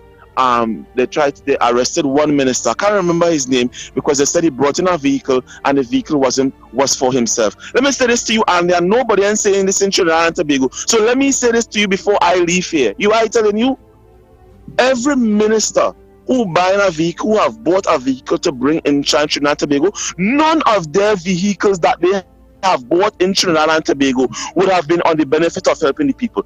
And if you think I am lying, you go and call 39 constituencies and ask them, when have they seen that MP shown up at their place with their vehicle to help them? That's a logical lie. It's just an avenue for politicians to be able to say, I could be able to get $7 million off a taxes off your head, and you have to pay for it. That's the facts. If they were really serious about the situation of the country, why does a politician have to go and spend, and you have to pay X amount of money to bring in somebody's Mercedes Benz because they have to drive a luxury vehicle, but you cannot be able to afford it? It don't make sense. It don't make no sense at all in the world. It only makes sense to them. And as I've said, these are the things that we are not seeing. So it means that both of us agree. Well, it means that, Trinidad, which is, I just representing Trinidad at this point, and which is Trinidad and Tobago, in fact, and you representing Tobago, which is Tobago and Trinidad, in fact. And we both come to a conclusion that, all right, you say we will give it a little more time of it go, but we agree that in the expectation of a young blood, a young upcoming THA, however it go, that and knowing the problems, because look, we'll be discussing here, and you know it, I know it, and then we as young minds have to come up with strategies. If you end up a leader in any position to deal with this, and you will come up with your strategies to make sure that your plans have to happen, because you will make sure you put that will date. It's not only my plans. The reality is, the persons who are in power now. Remember, this is what you are discussing is a stakeholder conversation. When we are making the discussions, do we involve the stakeholders, you and I and the regular person, after we get into power? Or is it that we are seeing persons just getting things done, but people don't know what is happening? That's the conversation. Just yesterday, I saw Watson in his constituency. You know what happened? Right back to square one. He's back in his constituency, talking to them about how the party developed. I don't know if you saw that live. He was trending live on social media yesterday, doing the same thing. Going right back to square one. And that's literally how it is. Are we really keeping in concept and contact with right, but he going right back to square one because he had a coup. Remember, this young set here don't want to listen to him. They don't want his involvement. And I am seeing that they're moving. All right, we'll get more time, but they're moving slow. What they're not understanding. They win on a PDP ticket, right? Plain talk, bad manners. Trinidadians, everybody support the PDP. That is no ifs or buts about it. And in supporting the PDP, it had a contractual arrangement that was blueprint that all of us was reading. How they're going to develop Scarborough, how they're going to organize and look to get the C-section away from everything. It had a plan and how they're going about every single thing, the $10 million per constituents, everything. And at this point in time, 9 months gone, 10 months, oh God, and it's like we ain't seen nothing, meaning the blueprint moving forward on it. I will say to you unbiasedly, I am not sure I have not seen the medium change happening in a space of 9 months. I have not seen it. We still have the real basic problems that Tobago still face, where the average Tobagonian still has to go to Trinidad to get the basic services that they should be able to afford right here in Tobago. That is a fact. Listen to me carefully. You're correct. When it comes to this thing called current affairs, my name is all I have. I don't play sides where that is concerned. I live here and I'm going to tell you that's a realistic fact. At a person literally having a problem. You know what you're trying to tell them there? You know what you're trying to tell them there in a smart way? Low-hanging fruits. It have low-hanging fruits that could be handled and the people could see by the time within your... Oh God, the low-hanging fruits. It's like all we're waiting on is the big hanging fruit, what cannot happen with this central government, as you say. Right. It wouldn't. Exactly. So deal with the low-hanging fruits where you have power to deal with. You don't need 9 months and 10 months and all these set of months. What can be fixed now? What can be fixed now? Oh God, boy. What can be fixed now? Yes, boy, and that is what I've them. Andy, and I'm going to say this to you. We see that point you have made there. I can't vex with you for that because I am of that opinion as well. The immediate things that can be fixed now, let's come together and fix them now.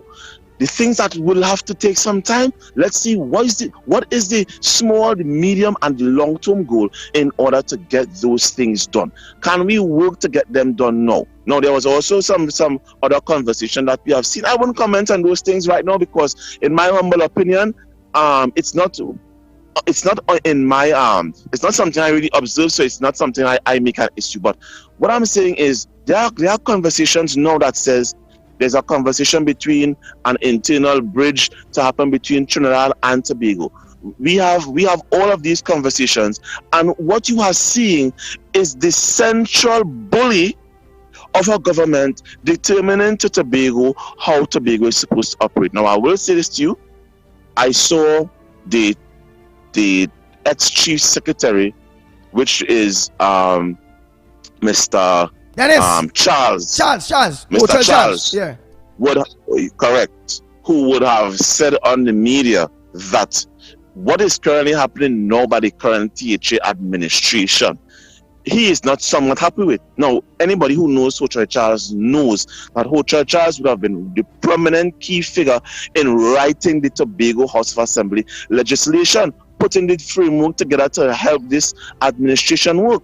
When he talks about the avenue of power, I'm saying to you as a young individual now understanding, I do not think those who are there now still understands the power that they hold. Boy, they don't. No apology for saying that. I agree. No.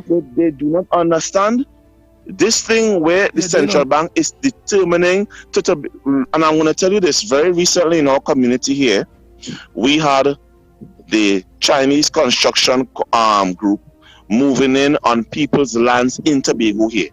We also had the Commissioner of State Lands in Trinidad coming to Tobago to carry out I'm telling you, this is the situation that we had to deal with.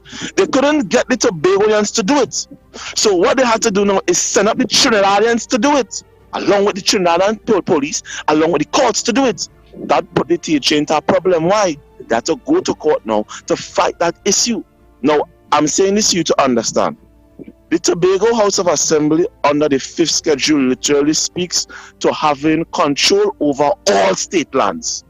So where it comes to the situation of still persons losing their lands and losing their property under the Tobago House of Assembly at this point in time shows that they need to work 100 times much harder to fight for the interests of Tobago. Oh God, boy! Oh God!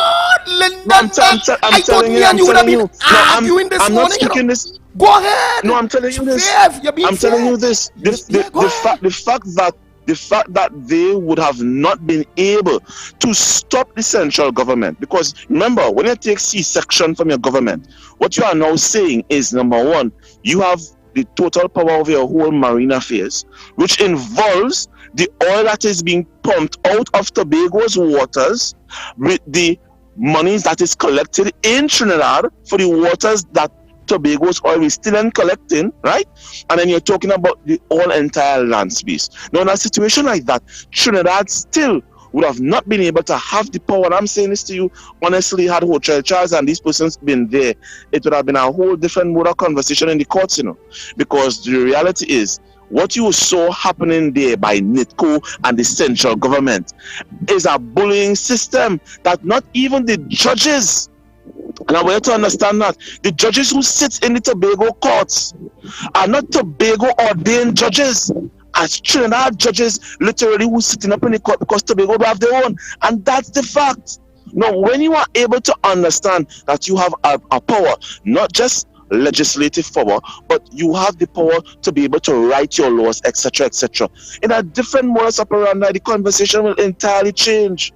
So they don't know the power they have, and them don't understand. Them have more power than the president of Trinidad. You know, the president had to wait for the prime minister advise and advise. Tobago House Assembly have more power than she. Exactly, and this is what them boy don't understand. That's why they be cussing them, boy. Yeah. But you see, right now it's and I'm gonna say this, it's an immediate loss of the battle for the THA where that is concerned, because 2 residents, I think, or 2 or 3 residents have been put out of their homes successfully because NITCO has been able to successfully get that done. Now is the conversation, are we having the conversation that says, here is what happened, and they have a real problem with the way the legislative, who are the lawyers that are working on the case? Do they understand the framework of what they are fighting for in the Avenue of Tobago? If we are saying the THA literally is an independent government of its own that has the legislative power over getting this done. Where it comes to the Avenue of the Tobago airport to be done, we have to understand that the change of the narrative, that this is not the situation where the PNM dictating to the PNM in Tobago, because that's how the previous administration, the Ansel Dennis administration, the Kelvin Charles administration, they're just taking orders from Trinidad, right? So nothing can happen under no systematic change. Now, let me say this to you. Ansel Dennis would have had more credibility and he would have literally probably retained more seats in Tobago if he showed the kind of leadership that Tobagonians wanted to see. He didn't, and that's the fact. Yeah, Farley now have to ensure that he's not making the same mistake, because guess what? Should he make the same mistake, he's going to lose seats to the same PNM administration. Or if he's not able to show the Tobago people that, listen, I am able to fight for the Avenue of Tobagonians, and that you don't have to worry about a central bank, because that's going to be later topic in the conversation. That's my problem. When I watch how London used to operate, and then watching how them operating and just taking disrespect and then understanding the power and going and learn, link with the people like Hochul Charles, give people like you a call, give other people that understand the operations and the power Tobago have and that they have to help, but it's not going like that. The other day, what was the bacchanal? The bacchanal the other day was, this one hiring the gal, this one hiring the boyfriend, this one hiring the cousin, this one. No, if we really want change, we have to hire the people that really and truly could fit within the gap of making the changes that we really want, if we really want it. Yes. And I will say to you, sometimes when you have to do the discussion, it's overwhelming. But to your listeners, I want you all to understand that at this point in time, the THA have to work twice as hard now under a new administration to ensure that they can be able to recapture the votes of the Tobagonians who they promised to get a number of things done. Can they do it? I can say yes, but it's going to take real work, and I want to say that to you, that they need to directly pull the old schools who really understand this thing. Now, Hochul Charles would have been an advisor to the current chief secretary. Now, we have to know literally, are they taking literally what the man has said to fight for what Tobagonian demands and what it needs? Do we have the real testicular fortitude to fight for what Tobago needs? And I'm going to say this to you at this point in time, a $2.5 billion budget for me as a chief secretary, literally, you would have done start a war. You Lyndon Mark would have done start to shake the place. They had to come better than that. Not to hell, not in a situation whereby you are seeing that we are facing inflation for the third time. And again, I am saying that model Tobago now needs in its capacity, a $10 billion to $15 billion budget in order to do what it needs to get done for the space of Tobago. But I also want to say this to you because let me tell you the conversation Trinidad don't want to have.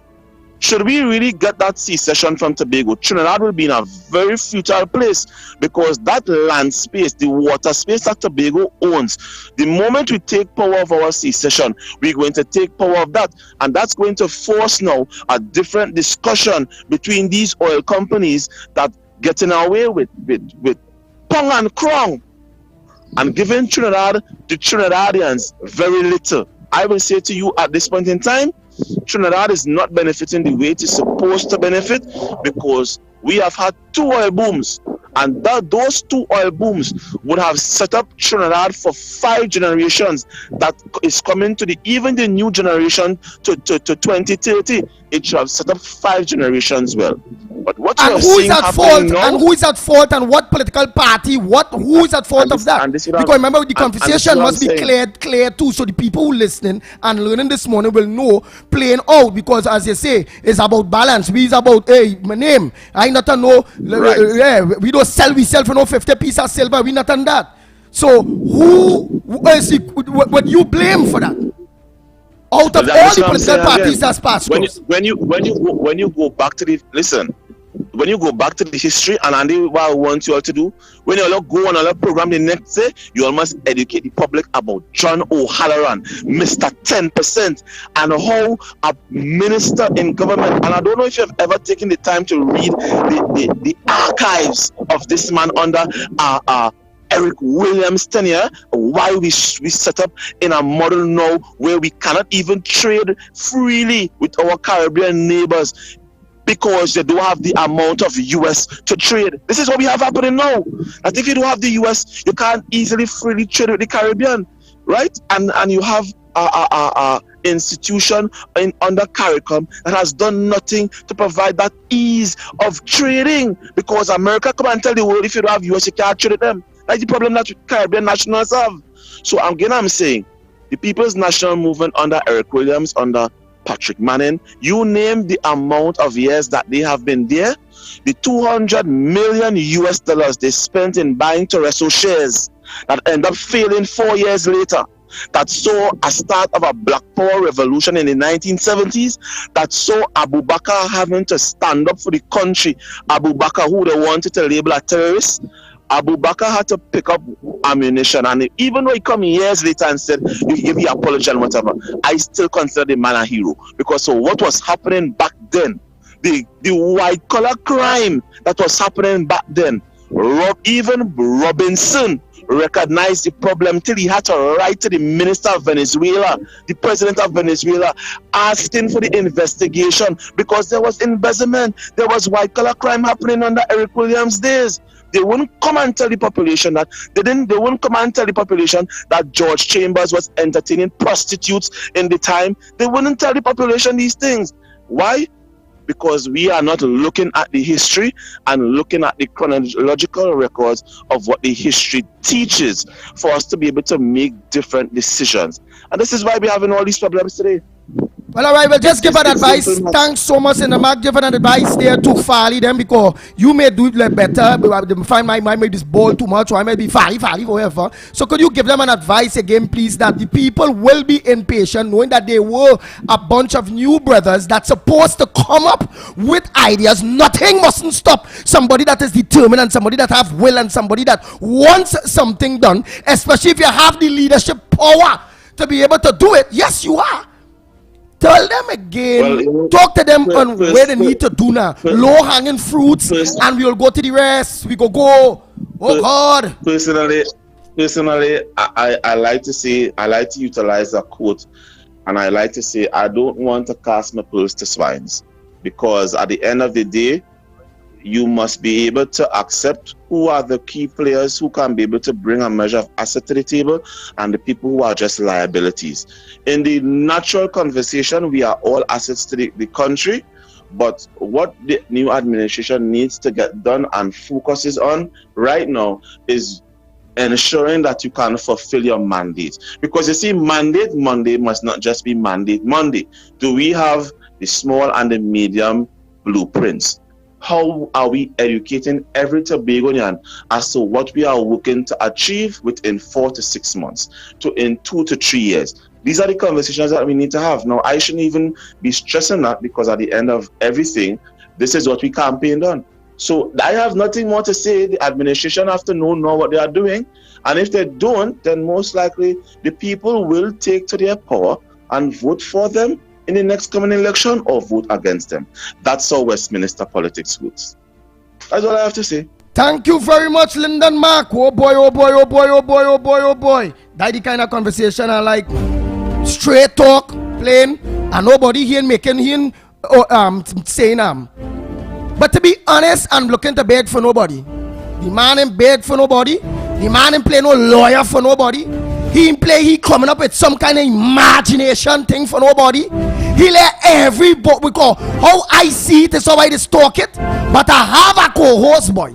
He like to see for everybody, maybe this, maybe that. Breads, let them come and do the work. And what I just showed there to you, the THA, the new THA, what I just showed to you is one of the ways in getting your information out. Was we not great this morning, THA? Do you really want your information to come out? Or do you all want to continue remaining in a bubble and think that them PNM stations across there and this PNM media will bring out your conversations when it comes to all your mandate for the people of Tobago, where it is recognized and known? Farley, yes, Farley, Faith, Young Pollard and all of you, Bain, all of you, Megan, wanna come on, man? All you have to work double harder than the people was there, and all you're not moving. So fight hard for the low hanging fruits by the time, while you're putting the mid-range hanging fruits in place, and while you have a blueprint with your long-term plan, with your long hanging fruits, and sell it to the people. Do it, not only talk it. Don't only talk it. Actions speak louder than words. Y'all are bright fellas.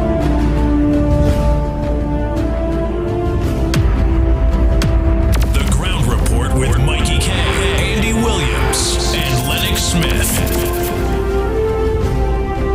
Y'all are bright fellas. And yes, Trinidad and Tobago, if Rowley them in thief the next election, which I believe that they will, because them members looking at jail, them in the 70s and think them want to spend all that money, them get catch, them fellas and them misbehave in public office. It are evidence and thing will come out. You feel them going to give up that spot easy? Not just so, and they're all independent institutions, look, and look, they want to attack media now. Go get tied up. But in the same vein, under naturalists and the people of Trinidad and Tobago really come out and vote, I think I believe the UNC will win back the next election. Kamala Prasad Bisesa, plain talk bad manners. Kamala Prasad Bisesa was a good woman. It's just some people in the East-West corridor always say anti-cam, the love, anti-cam, the love, anti-cam. But the people that was around she, at the end of the day, the people that was around she, so who joined them gone? The people that all they didn't like partners in the East-West corridor, they're gone. It only maybe have about 2-3 more, but they're clean. But no, that is all the excuse still. So yes, they will win back the next election. Kamala Prasad Bisesa will win back the next elections. And yes, she knows, just why talking here, that the UNC coming back in based on all of this have to work triple hard. She knows that they can't come in and tell we, boy, give them 90 days and give them 100 days and no. This is not no time for on-the-job training program while all of our lives and livelihood going down the drain. The crime situation, look what's going on. They're going to clock to 500 and something. They're going to break records. The rich is the law now. Them don't get locked up. It's only poor people that get locked up. Martin, this lawyer said, we don't trust the judiciary anymore. Everything have a taste of politics in. Nothing working. All institutions are failing. Plenty money are spending and none in reaching back to the people. Understand? And when Kamala come back in power, you feel I ain't gonna be pressing on them, dressed like a person on the PDP, in which I support, and holding them to account to their blueprint, to their contract of all what they had to say in advance, what they're going to do for the people of Trinidad and Tobago getting back government, putting the procurement legislation and giving it full teeth and making sure no law firm and nobody could go under the radar. We want to know about all the money. You feel like holding them to account? And that blueprint had to make before the elections, general elections. And I want to see all them ministries and them. Nobody can hide under this freedom of information where we have to be going. And people hiding and permanent sex. And the people on sex telling you they're the wrong place, And we have to fight to know how we money spending. I also want them to put in place constitutional reform. Sell constitutional reform if you all have it. Proportional representation. Let's change Trinidad and Tobago for once now, Alia. If all you really, everybody, if we really want a better Trinidad, nothing can stop it. You know? But as Lyndon Mark said, the business people out there, them stingy, they're greedy, they don't like to.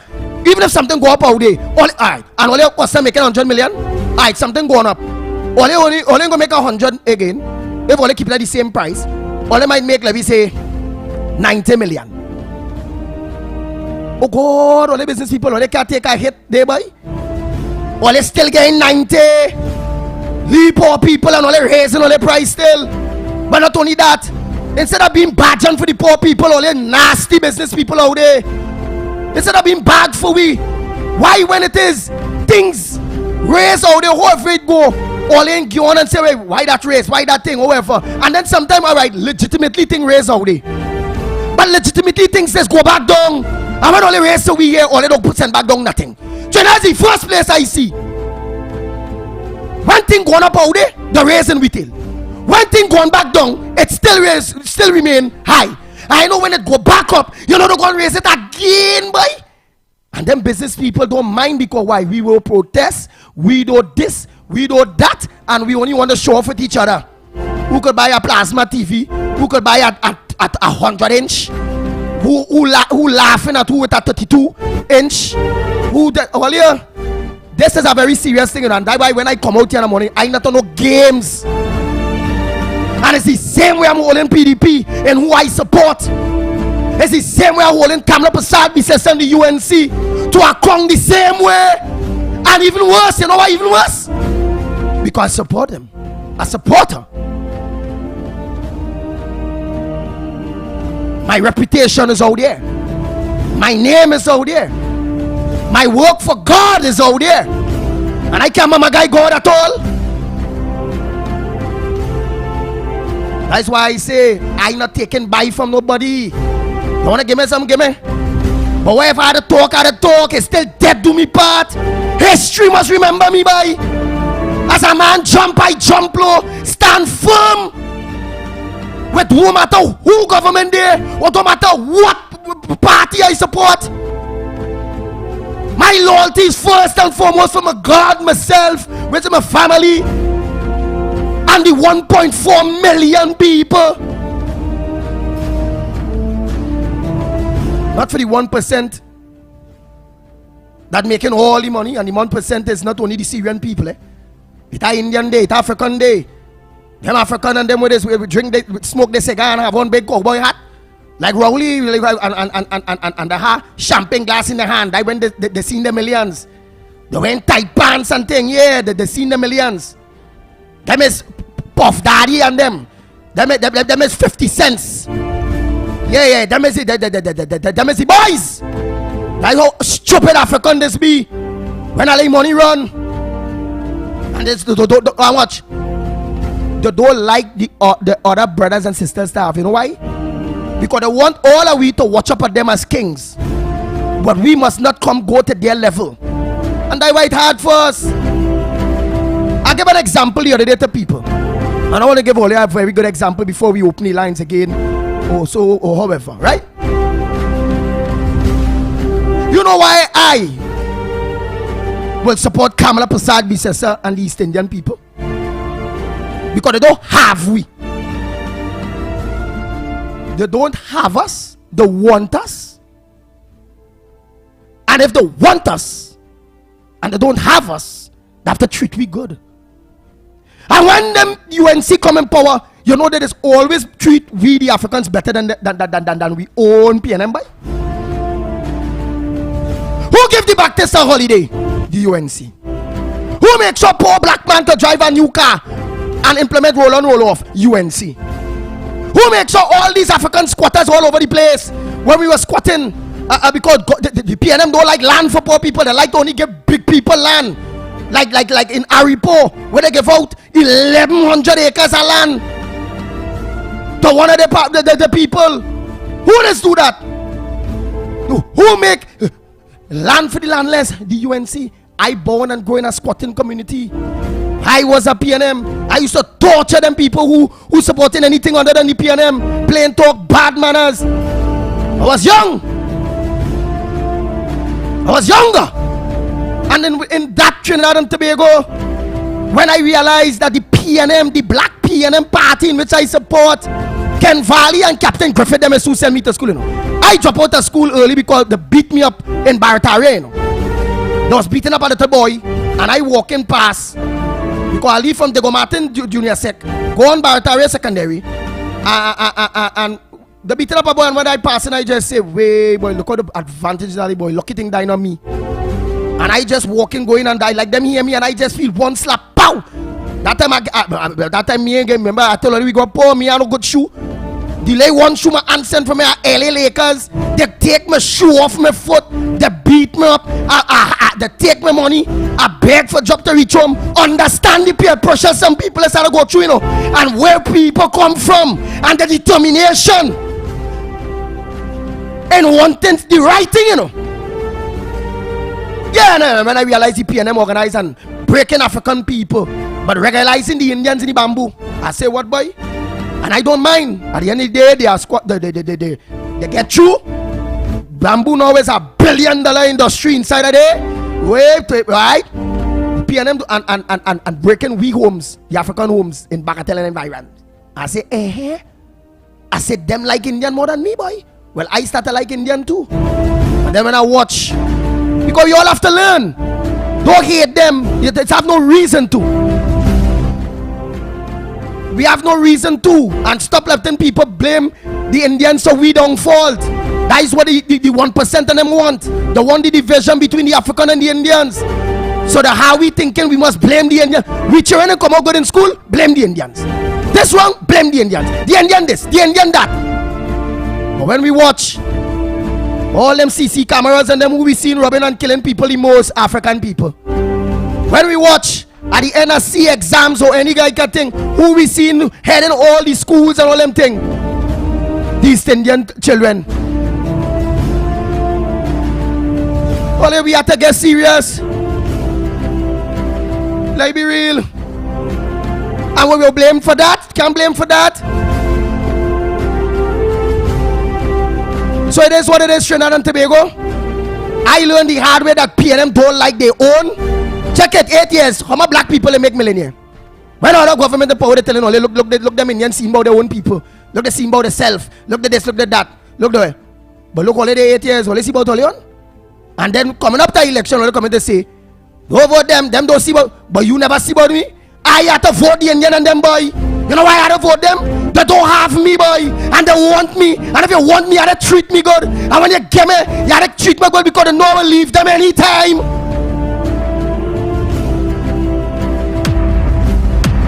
The Ground Report with Mikey K, Andy Williams, and Lennox Smith. But the African party have the black people, right?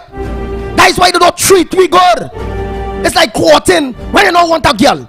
Where do you go theater? You're holding hand and you're watching skies. You never watch the stars and you're counting stars, all kind of thing. You're watching sunset. You're there, you're now courting, you ain't get through yet, you're courting. And when you have the thing after, well, tough who will organize and still continue to be at least, but most half of that gone. I been straight. When I hold hand and this and that and all that kind of bacchanal, when that time reach a meaty person, half of that gone. Remember, we had to study to walk, we had to study to mind family, we had to study to live. The time we taken to hold hand and watch skyscraper and all that kind of bacchanal, we children go crying, we head hungry. So it's not that, but it still is continue. But at the end of the day, the point I'm making is the PNM, why did the street always on the east-west corridor, we the black people, and because they have we. So in their book, when you have something, you gotta treat it good. Watch how they separate. And why did this? Yes, they do treat the Indian better than all you. I been straight with all you know. You know why? They don't have them. So they treat them Indian, them East Indian and them good. Businessmen or all of them good.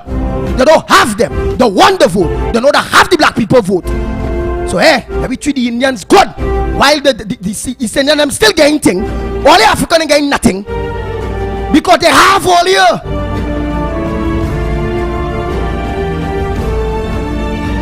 So they don't have we, they want we, and if they want to keep we, that they treat we good. And me ain't gonna lie, they have.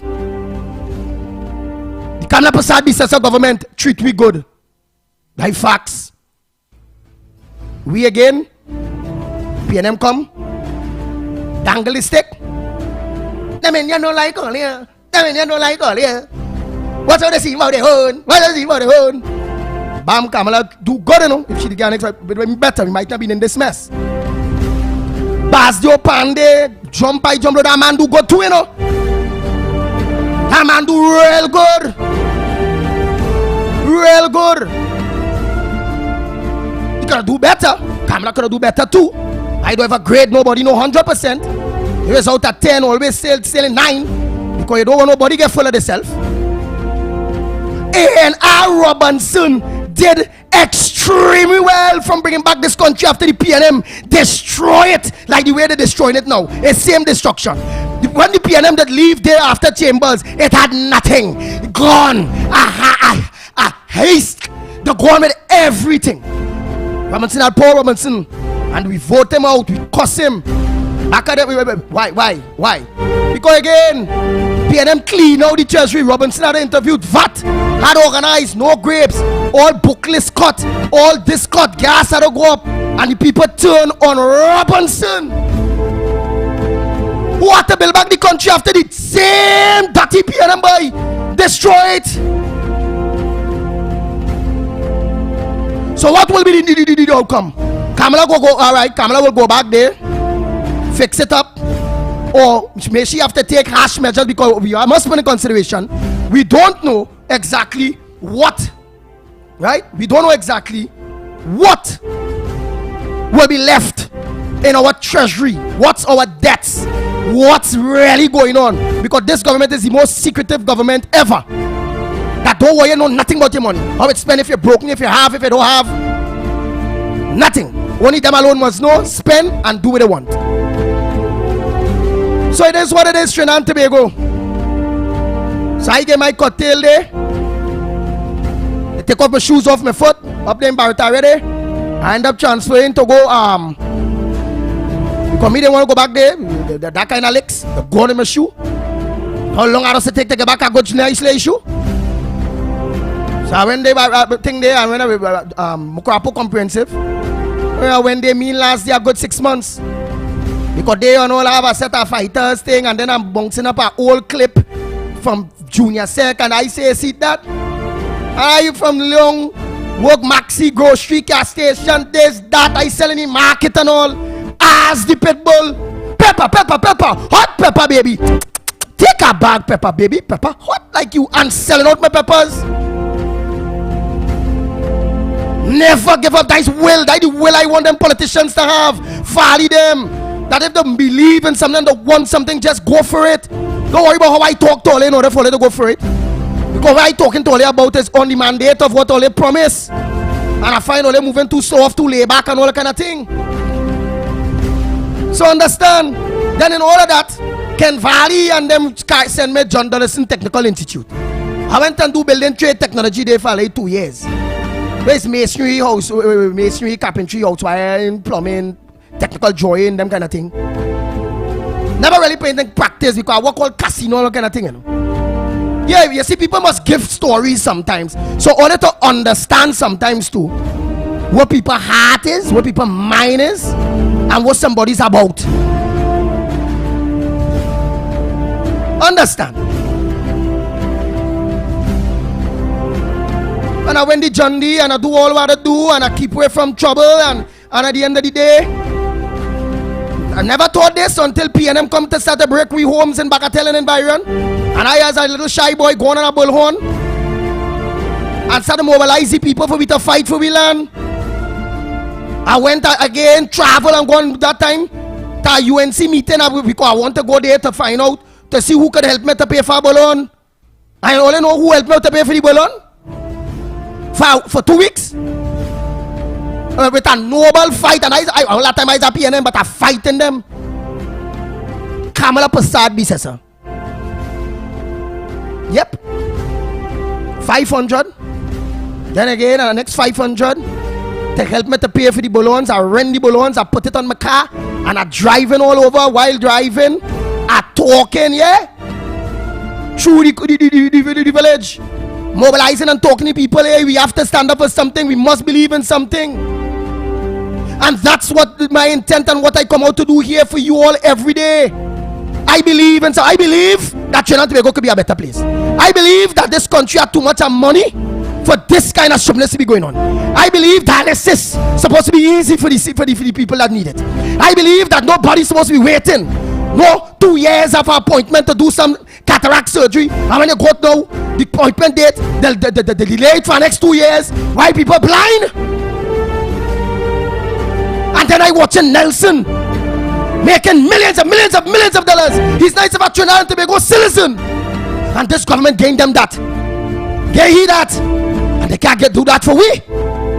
I just take them thing personal. Them thing is getting me angry. With all the monies that is wasting in this, all this legal fees. Besides Nelson, how much other legal fees we think? This government spending, let me say, $500 million to win a case that worth $100 million. Where's the book sense in them? Why not organize and better just give the people the $100 million? Save we $400 million more. Let me organize with laptops so we school children. Let me organize beds at the hospital. Let me organize and fix them potholes. For God's sake! The people in various areas are facing landslides. The roads are caving in on them.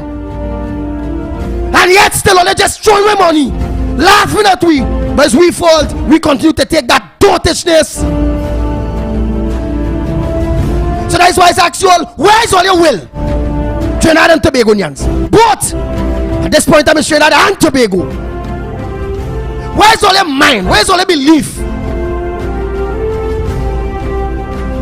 What the faith? Where's your faith in what you want? If unless that is what people really don't want, well then you better come out and tell me, let me go up, let me pack up, let me go to Trinidad.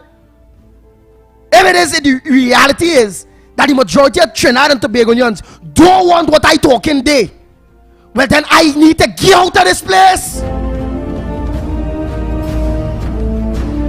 Maybe the majority of people wants exactly what is being spoken there. We want a country that can feed ourselves. We want the people that is plant okra, who planting pepper, who are planting this, who planting that.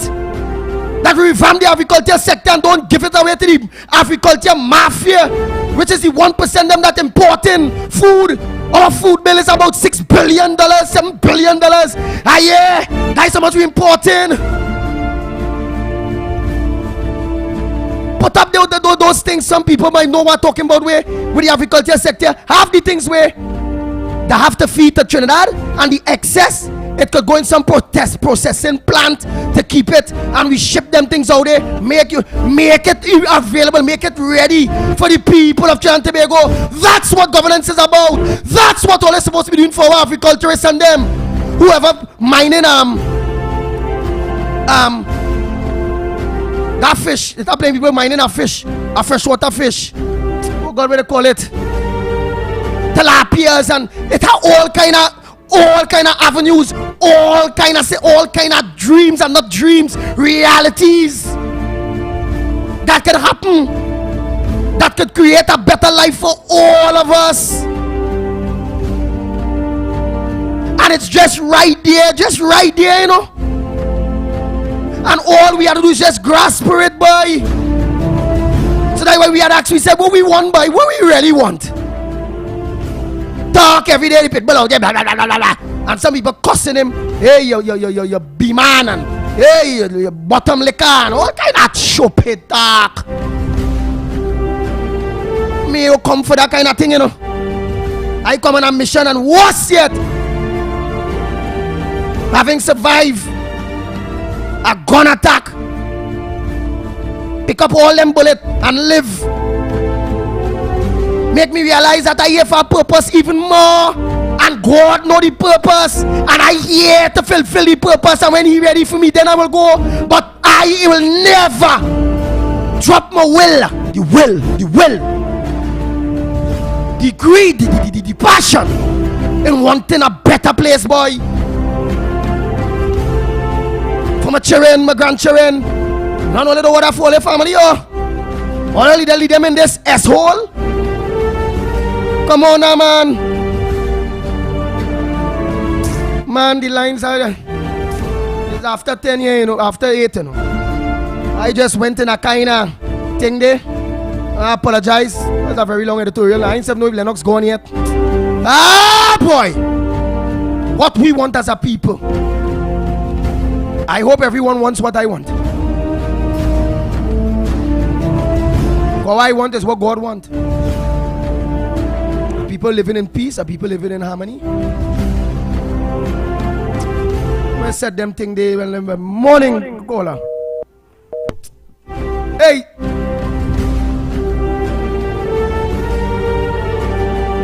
Director Cuff. Oh boy, you gotta take for me. Cool my brains down a little bit.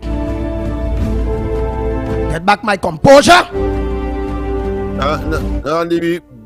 Before you go, I just wanted to ask two questions of you. Are you hearing me? Yes, loud and clear, Lennox Smith. Yeah. I listened very attentively. The gentleman concluded, I don't know if you have agreed, that he would look at a further 100 days in order to make a conclusion. Are you in agreement with that? Because no, I told him, you seem to think no, my partner. You seem to think from what I understand. No. That there should be no more time. For be fair to me, yeah. Also, after I explained to him, Lyndon Mark, of why I don't agree with no 100 more days and all that kind of thing, that's where the low-hanging fruits aspect came in, and that drive to show it have things that they could deal with in the now where people can see, not talk, do. So he turned around and agree with me. All right. That could you 90 days is enough time, and they need to start to do the thing. Could you name one? Could you name one of the things that it's you consider to be low-hanging fruit? One of the things that I consider to be a low-hanging fruit is they're writing the thing. Dealt with immediately. With immediate effect? Right there. That's what you're saying. A low-hanging fruit is something you could deal with immediately. Right there. Right to the Lennox just now, man. You see this? Just now. Right. A low-hanging fruit that Fali them could deal with. One, the problem between the Trinidad and Tobago with traveling and all those kind of things. A long-hanging fruit they can also deal with, that easy to, is but hopefully the Sea Bridge fix, is the situation of agriculture. Hopefully the Sea Bridge fix. A low-hanging fruit again is changing some of the policies to make it easy and accessible for some of the young entrepreneurs in Tobago to be able to get little contracts. A low-hanging fruit is to go back to the communities, talk with the people, tape them, let the people be with you, fight the argument, based on the money that you need because you need this to fix, that to fix, you need this, you need that. Show. All that thing, it have a lot. I show you can name a lot of low-hanging fruits. And are you saying that they are not dealing with that now? Lyndon Markano said so. All right. Are you saying that they are? Or are you going to give me maybe? You see, maybe I don't know, and that's the point. That's why I say the power of the media. I don't hold a view, but you have a view, so I just wanted to make sure. Are you saying, let me ask, are you saying that they are? I would assume that they are, but you don't want people it's to either assume. you know or exactly. That's what I'm saying. And you don't know either. Who? That's the problem. No, I know. You don't. I know that they're not dealing with the low-hanging fruits. You ain't here, Right, it was admitted. Because they are not because you don't know because they're No, not because saying. they get drawn out in the little bacchanal that it's settling a little bit however it go. Duke now back in his constituency with where he have a mandate Monday, which mandate Monday now he's only reading out all the things that was the PDP promise and he's not happy. And Duke himself, the political leader, the party in which get all of them there, is pointing out the low-hanging fruits and the contract in which the PDP campaign on. He are doing that. Look, Lyndon Mark say he see Duke in the constituency just 3 days ago, and that Duke start back from square one, had to talk to the people and all them different things. He also say, Lyndon Mark, see this way he see things playing off, is that if they don't organize now and actually work, even Farley them need to work triple times harder than if it was a PNM administration controlling the THA, because they knew in order, the man explained all that in Mark, in order for them to be able to hold some of the votes, whereas they were lost back some of the votes to the PNM, and it may reach where it will end up having other conversations, such as Duke now will be talking. Will now have to organize with the PDP to come with a different slate because Lyndon Mark say because he lose control of this slate. Lyndon Mark say that Duke lost control of this slate. I saw it where he was talking about, of course, local government and the fact that they will be seen about all. But I just wanted to get that. And the other thing very quickly, because we had to go to the lines. The other area is that you said that the PNM will at the ending of your discourse, you said that the PNM will win the election because the man is in control of all of the I said. And then just now, and then you come back and say that the UNC will win. Reconcile all that. All right, let me reconcile that. I said, although I don't believe, because of the behavior pattern of Trinidad and Tobagonians at this point in time, that the PNM will give up the elections just so based on their ages and all the plain evidence of misbehavior in public office, them brothers and them in their prime, having the fact, controlling all independent institutions, at that level, I'd not seen PNM giving up power no time, meaning I being straight. Them gonna thief the elections. But, I put the but. I said on a natural basis, where is one man, one vote, where it go proper, the UNC will win the next election. But you seen it working proper? Huh? No. Are you seeing it working proper? No. They still interfering with so all the I like that, for instance. PNM will win then? Yeah, because here why. The biggest scandal ever in the history of Trinidad and Tobago when it comes to justice is what I've just perpetrated there with the former AG, Faris Alwari, and this indemnity. The former AG player, he's at DPP and going into that kind of thing. That a bright man like that's supposed to know. Everybody know that is not the right thing. And this, did you hear the press conference of the Law Association and the questions they asked? Them for real? Obviously. And seeing that something as blatant as this, open as this, the people that's supposed to be the 33% out there, or civil society out there, or pastors, priests, pundits, imams, all of them out there, taxi drivers, maxi drivers, housewives, all various judicial arms, this serious thing are being kept or are tolerated or going and get a push away. What you will see, Al-Warin going away, this going and die a slow death in 9 days. And that is the mindset of all the leaders in this country, boy, whether religious or not, because nothing ain't happening with this and nothing ain't looking to come out of it. And if I could judge that now to say and understand the level of power and power grip that the PNM have on all independent institutions and all most independent voices. So you really have no confidence that the UNC will win? Fear? No. I don't have that confidence with this government and the mindset and with this YC pass here. I plainly believe now that the PNM going and win the next election by Tiffany. And finally, would you agree that the same condition existed before the THA elections? Don't tell me about THA. Tobagonians is thing different to Trinidadians. Trinidad elections is totally different to Tobago because watch at it. Okay. Look, have their food prices raised, their prices go up, all those things. Have they come out and protest? I asked about the conditions. Look like, for instance, look at next low-hanging fruit. Where Fali them could have showed the power. No, for God's sake, it have Tobagonians, listen, it have Tobagonians that are senior citizens. This government tell them that they're paying out to ride the boat. When, all right, even if they get a free boat ride, and when they reach across there, they may spend a little bit of money out of the pension.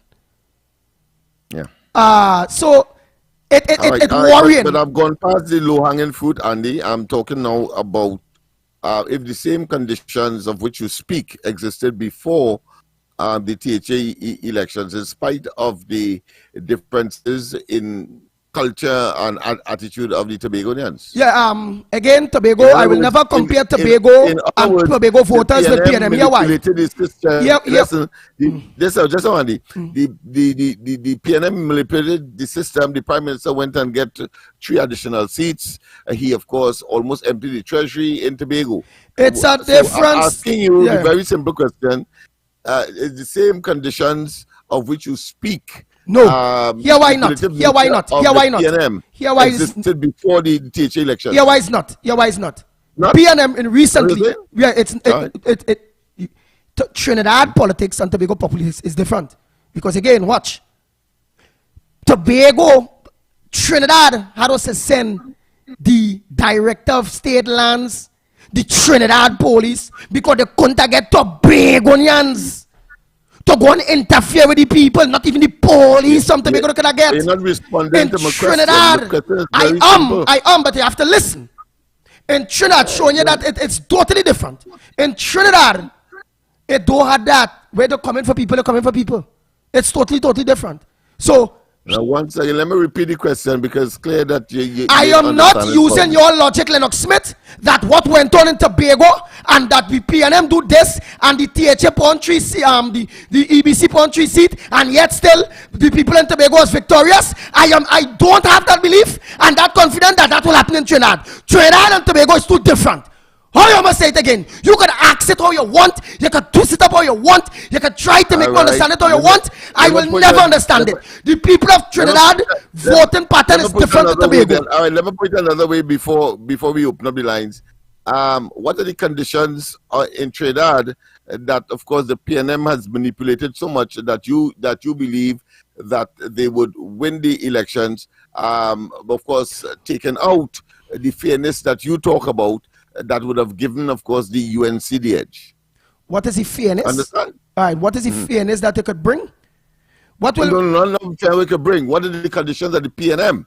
Repeat the conditions that the PNM. The conditions that the PNM bring that have no confidence in a fair election is one. The major thing is this Nelson and the former AG and all of them, and plus the this AG and all name calling who give advice and who this and who that and who don't want a thing. One, that is one. Two, race. Whether it be the bananas or the Zabaka and all that dotishness.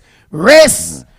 And Trinidad and Tobago population is like that. The conditions too is the East-West corridor have majority of the seats and that where the African people resides.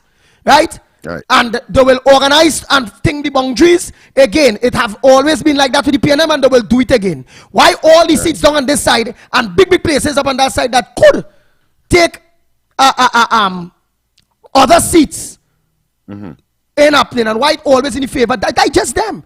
All of that, not wanting to bring election observers and all those different things and refusing. What you have done, Andy, is confirm that the same conditions existed before the THA elections, because they manipulate the boundaries.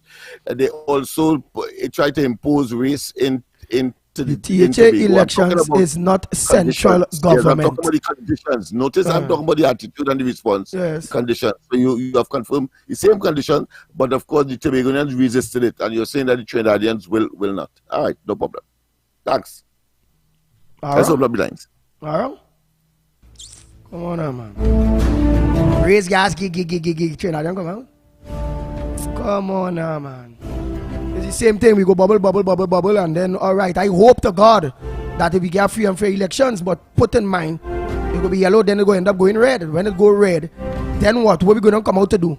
Protest that the elections were stiff again, and what? They are the armed forces, they are the president, they are the DPP, they have everything. They are the police, Jacob go be there. They are everything. Who in God's name gonna come out there just so they go? If they don't want to come out now because they know the police beat them or rough them up. Or the frightened. At the end of the day, you have a vote. You saw what happened in Tobago. In spite of all the Tobago conditions will never be a comparison for me. And you do, and they had a vote, and they did what they did.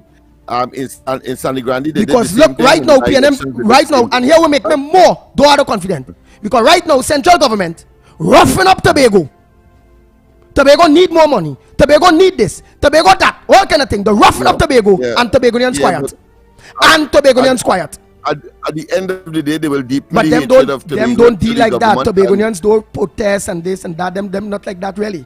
But if they get that mobilized or that interjection by their leaders, and at this point in time that they supposed to have confidence in, which is the Farley and the Watson Duke and all these new batch of people and them, they need to. A leader is something that need to bring hope to people. You know. Show that they are willing to fight just like the people, you know. Show that they are willing to make the sacrifice as the people, you know. Understand, you know. That is leadership, you know. You understand? When I say, well, Farley wasn't to be all over the place and this boy tell me, well, I the norm all over with all government. No, don't be any norm all over with no all government. The people of Tobago are catching the tail, right? When you go somewhere with Rowley here, so, and all eating up and drinking up and laughing up and whatever, it push across. I'm not talking about, I don't care about what people think. It push across that everything is all right with you. You working, you making your money, and it's a. I understand the Trojan horse strategy of Dr. Rowley, because in Trinidad he did say that 14 days after they win 14 and 14 days after, look what has happened. So clearly, if Ali is naive, that Rowley don't like him. Forget them. His friend, exactly. His friend. I mean, he is of course riding a foolish horse. Exactly. So here why. And the places that Farley's going is where Dr. Rowley going, which is to get permanence or for election, or let's call it vote. It's politicking, right? Remember, it's politicking. So with that politicking that going on there, right? Farley now falling in line. Come, let me dance. Hey, let me eat. Let me drink up, and you just follow in there. When that is not the reality. So it means like you. Be friendly to you. We're going to be very, very accommodating. He's trying to be a diplomat. He's probably trying to be a diplomat. And he's trying to be a foolish diplomat, because he's trying to be a diplomat with somebody that you know, which is Dr. Keith Christopher Rowley, that don't like nobody. He's a trickster.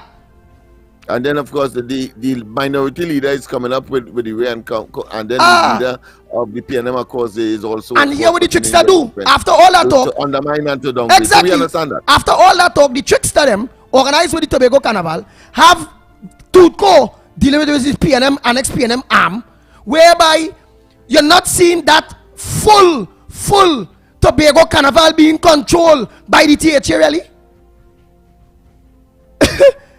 It's being controlled or really put out as a Tutco Trinidad. Well, in all of that, of course, you know everything takes time in spite of you're telling me about time, but their brothers need to stamp their own footprint. That is change. That is what they need to do. They can't continue to be living in the firm same footprints of these other politicians that serve Tobago or serve Trinidad. Every individual that gone up there to serve people, whether you be a councillor or you're an MP, you need to make your mark. Mash on your footprints. Let the people have confidence in you as an individual. Simple. Wait and see. That is understood. We'll wait and see. All right. Let's go to the line. I think we have exhausted this conversation. Morning, caller. Hey, Andy. Morning, Takarigua. Go ahead, Takarigua. All right. Now hear this, Andy. To be voting for PNM for the last, God alone knows how long. When they come 6-6, only make it 15 seats. You get more votes. This is what I'm trying to tell you all the time. Whenever they try here, the same thing will happen. Forget if it's different culture. No, they will try to do something again, but it is the same what they will get. So don't display that UNC can make it, we go with it. Thank you.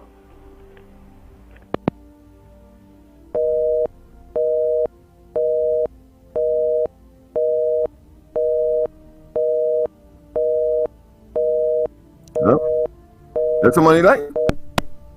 Yeah, go ahead, caller. Morning, caller. Where are you calling from? What's your contribution this morning on the Gong Report? Yeah, morning, Andy.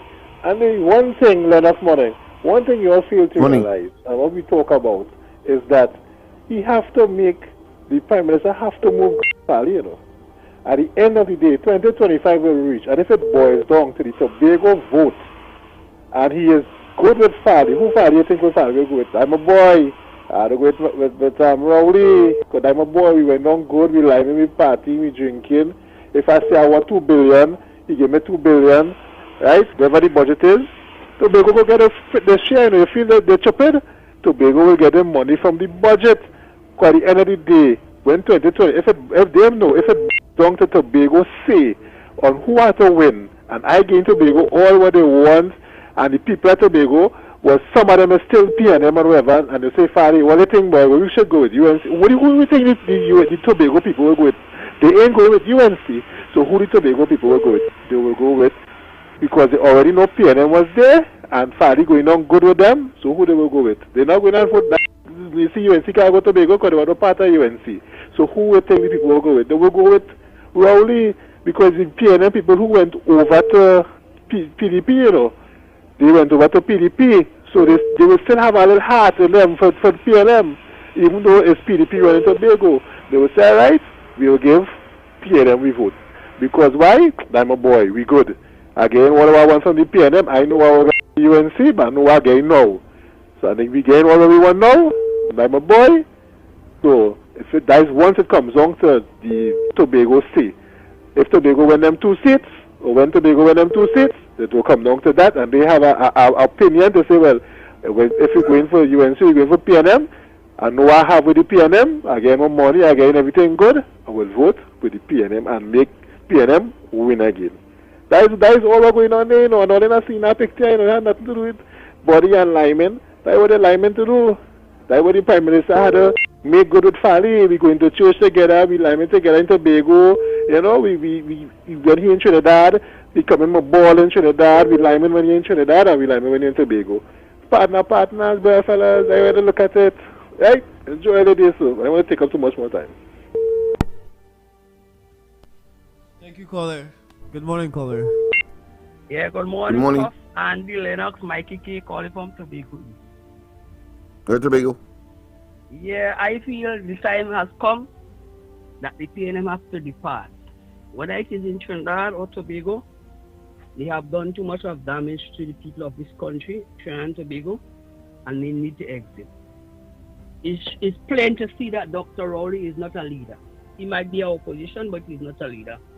On the opposite side, the present opposition, she might not be so much of a good opposition, but she's a very good leader.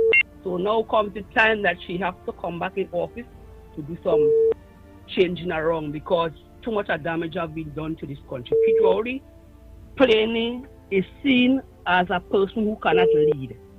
He cannot lead at all. So you see, this is why the country after 2015 went down the hill and having a problem getting back up the hill, because he's not a leader. He's mainly opposition. He could oppose, but he cannot lead. And you could see in his in his ruling that he's opposing his own self.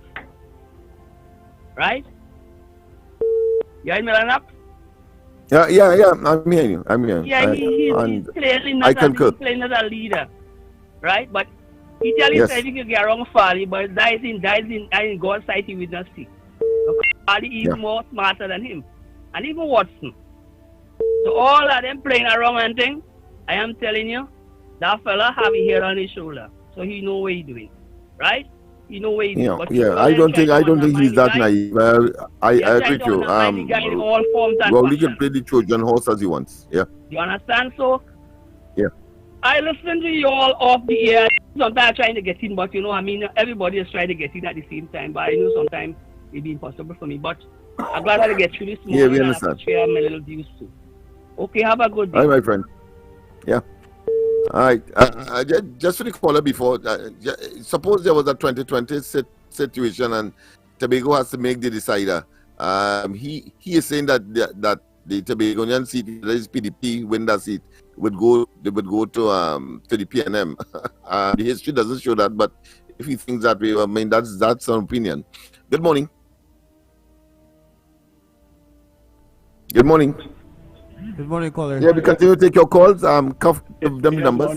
Morning, teacher and everyone. Good morning. That caller called and talk about this seat will go to the PNM, the DHA. He has a dream, and that is the same guy that spoke about Makela Pandey sometime last week.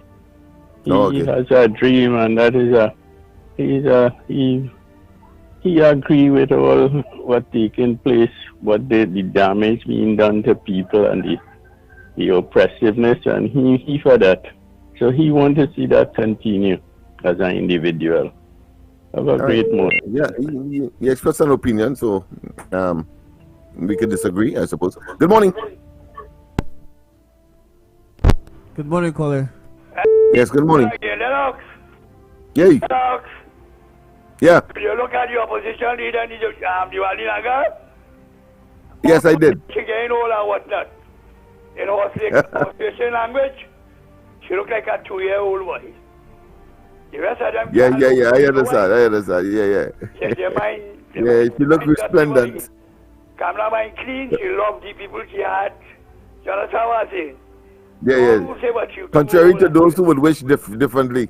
Yeah. Yeah, but that is wishful thinking. Good morning. Good morning. Morning. Yes, good morning. Welcome. Morning. I want to know, where is all the lawyers? We have so much of good lawyers in this country. All the lawyers, where the lawyers and them? Nobody haven't said a word with this Harare thing. What's really going on in this country? And the union leaders and them, nobody haven't come out and said anything. What happened, union leaders? All you get buyout or what? Thank you.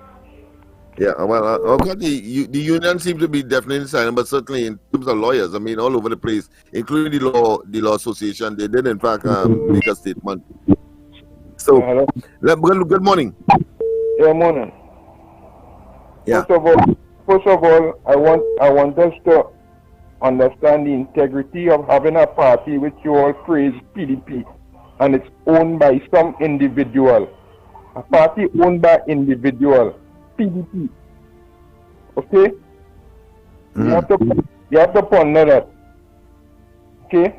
Watson Duke owns a party, and it is in Trinidad. We rate him 100%. Apart from that, why in England, okay, they are open to anybody being, once you're capable running the country. And in Tobago, UNC, they don't want UNC to go up for a position there. We have to ponder these things. Thanks very much. Well, the reality is that for a party that is owned by one man, they did damn well. I'm sure PP and all that would have, and the others would want to be in that position. That's the one thing. And with respect, of course, to Tobago and the UNC presence, well, that's a choice of the UNC. It's not to say that the UNC cannot make a decision to have a presence in Tobago. In fact, I think they have a Tobago representative on the executive. So that speaks in a particular direction. Good morning. Hello, good morning. Yes, good morning. Knox, Andy. Yes, go ahead. Yes. Yes. Listen, this morning had a practical example of civics. This morning, Mark and Andy. Andy was at his best. You understand? Mark, right? Let me tell you, Farley and they lose a low-hanging fruit. You see, very early, he should have never visited the site for the new airport. But he went. You don't understand with Rowley? Good? All right. But he and Israel, because I want to make up the ground report on the weekend before the Tobago House of Assembly election. Clinched that election that weekend, exposing Inez Gate and this and that, and the police station that ain't finished yet. You know, that was the clincher. Okay? All right. Here the low-hanging fruit that they should have won. Prevent the people who the Chinese taking out the things out the house and putting it at the side of the road. Right? They fail with that. Farley and they fail with that. So that's a low-hanging fruit that they would have shined on. Right? Because Imbert and them couldn't battle that. Rowley couldn't battle that. Okay? But anyway, here the low-hanging fruit now. The increase from January for the 60-year-old and over to pay $25 to come down by the boat. Because let us face it, it is the Tobago senior citizens who do business in Trinidad that who would have been benefiting more than Trinidad. So that they have a low-hanging fruit, Farley and Israel, and they must never forget that it is 104.7 that helped them. They must never forget that, because it have no other radio station in this country like 104.7 who educating the population. Good? And that is the low-hanging fruit that they better now snatch it up right now and let Tobago be in the forefront of getting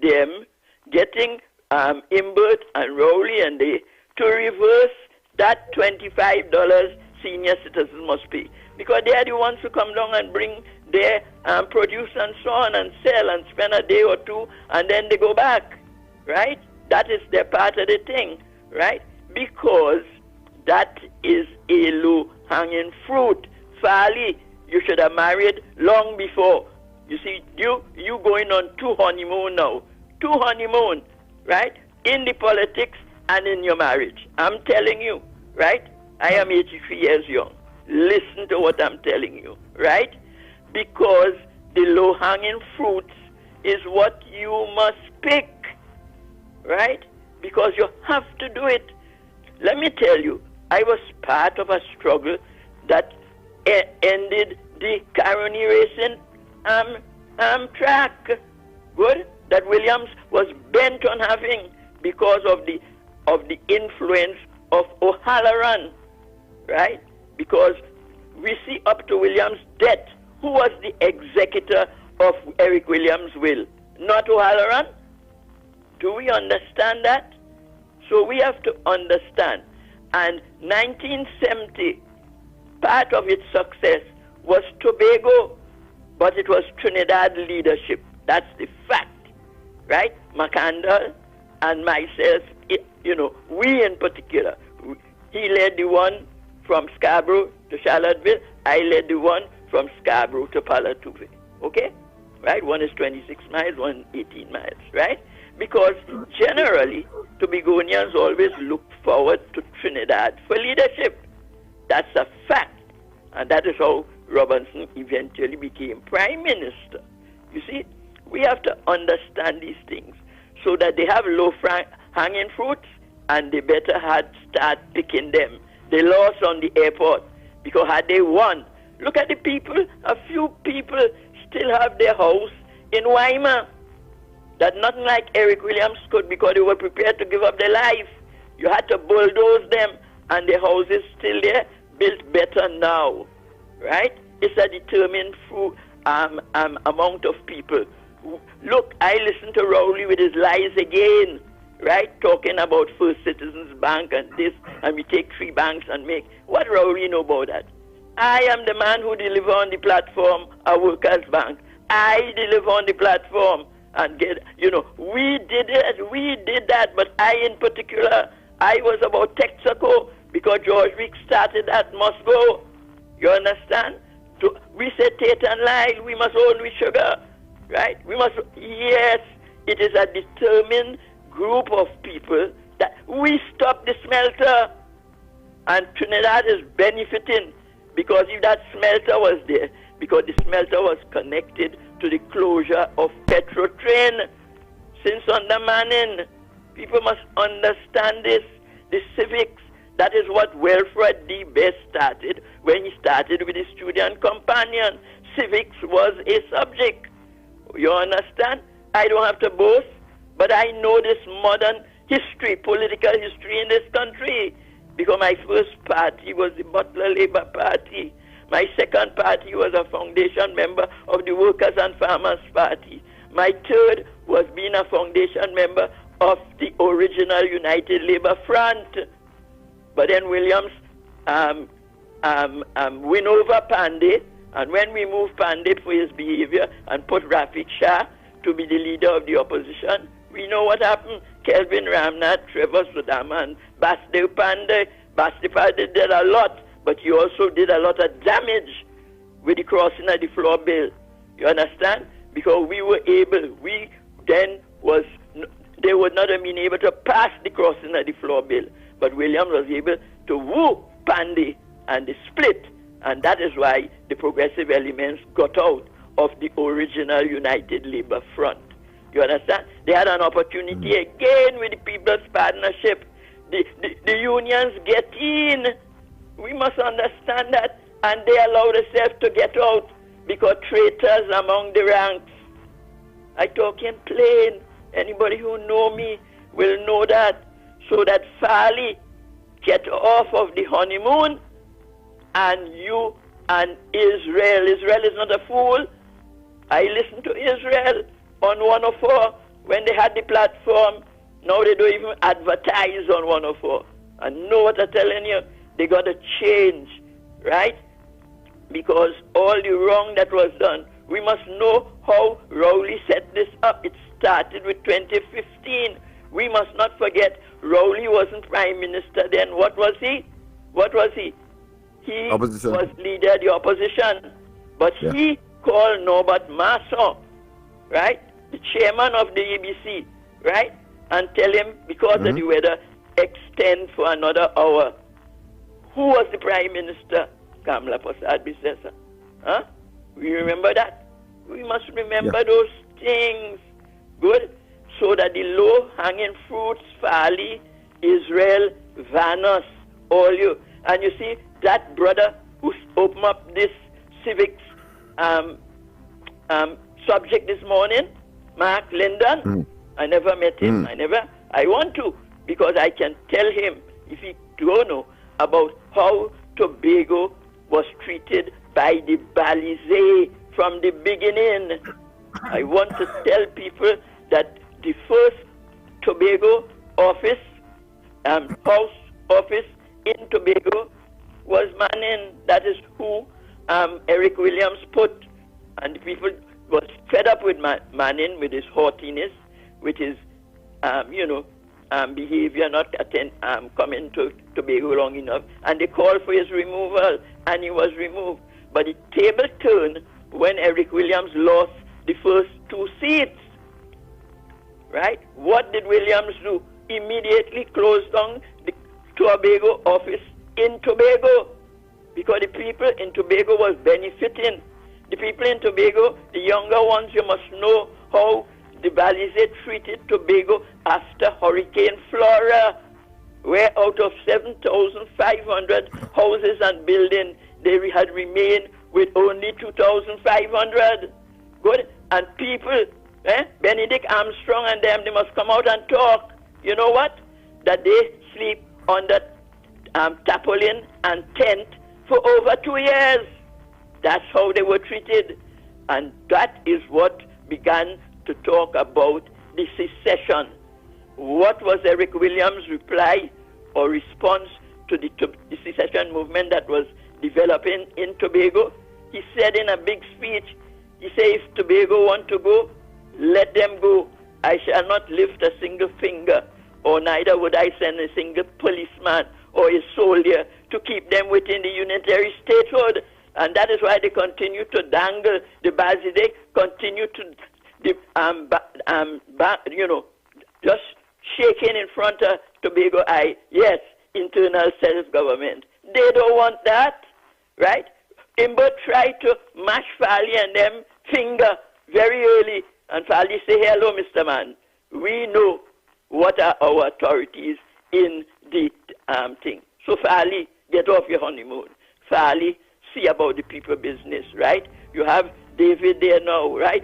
You see, Mark Linden, you have to talk with him. He's a fantastic advisor for Tobago. You understand? So that the Belize never treated, and they're doing it again. Look at Rowley again. He said, I'm not going to be in the carnival, right? Because I get COVID twice. He tell me he get it 3 times, but you know, saying twice. Whether he ever got it at all is what the truth is. That's yeah. I agree. You understand what I'm talking about? So, Farley, Israel. I never talked to all it in my life, but I will continue to educate, whether it is on Kyle, whether it is on 104, to tell you the civics, the real history, the true history of modern-day politics in Trinidad and Tobago. We must know that. Look, I see under Erica, they now publishing a book on Eric Williams. You know what's the name of the book? The blackest thing in slavery was not the black man. You understand that? You understand?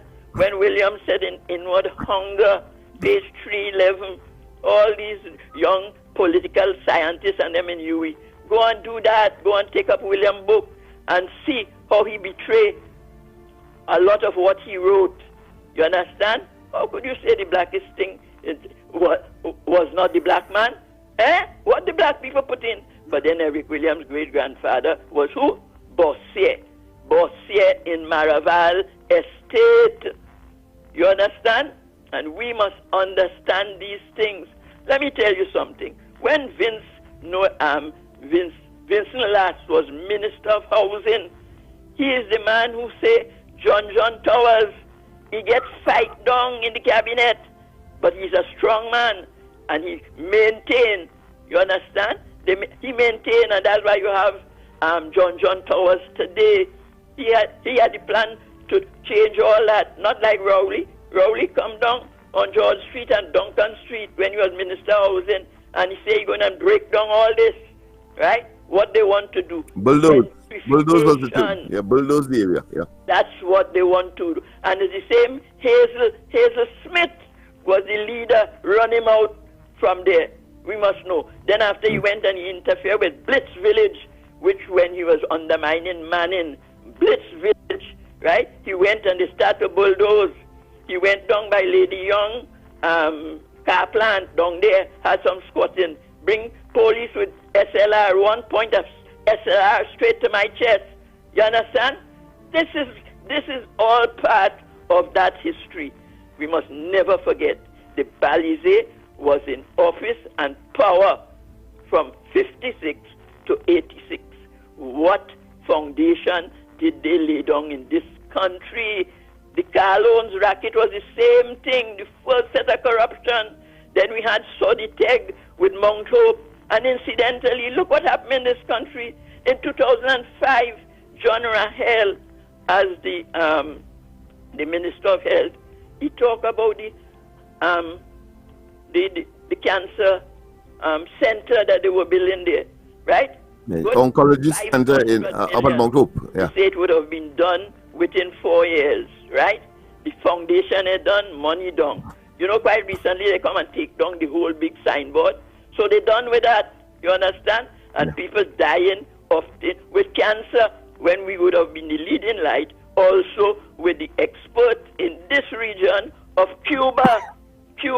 The Cubans have attended to more than 1 million citizens of Trinidad and Tobago in Trinidad. You understand? They have doctors all over the world. You understand? They have the best health system in the Western Hemisphere. Don't let people fool you with all kind of propaganda. Why they are in existence up to today after 62 years of embargoes. And I think even look at Trump. Just weeks before he was no longer, he went and tightened the screws on Cuba, saying no cruise ship must go to, if it's America, they will jail the captain. People know about that? They don't know. They must know that the United States of America, what they did, for over 250 times, they invaded people's country several times. That's their history. Because you know how you spell America? America. That's America. The KK. You understand? So my people, let's have civics. Let us have understanding.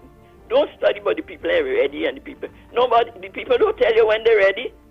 When the people were leaving in 1904, because they were opposed to what was the law coming in, that once so many feet from your house, your yard, once pipeline run, even though you ain't come in your yard, you have to pay tax. That is what happened.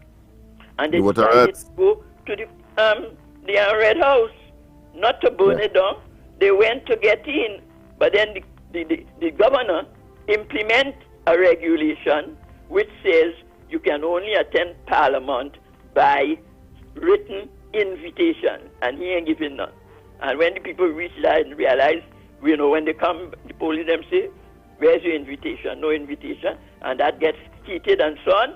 And then somebody strike a match, and that was the end of the Red House.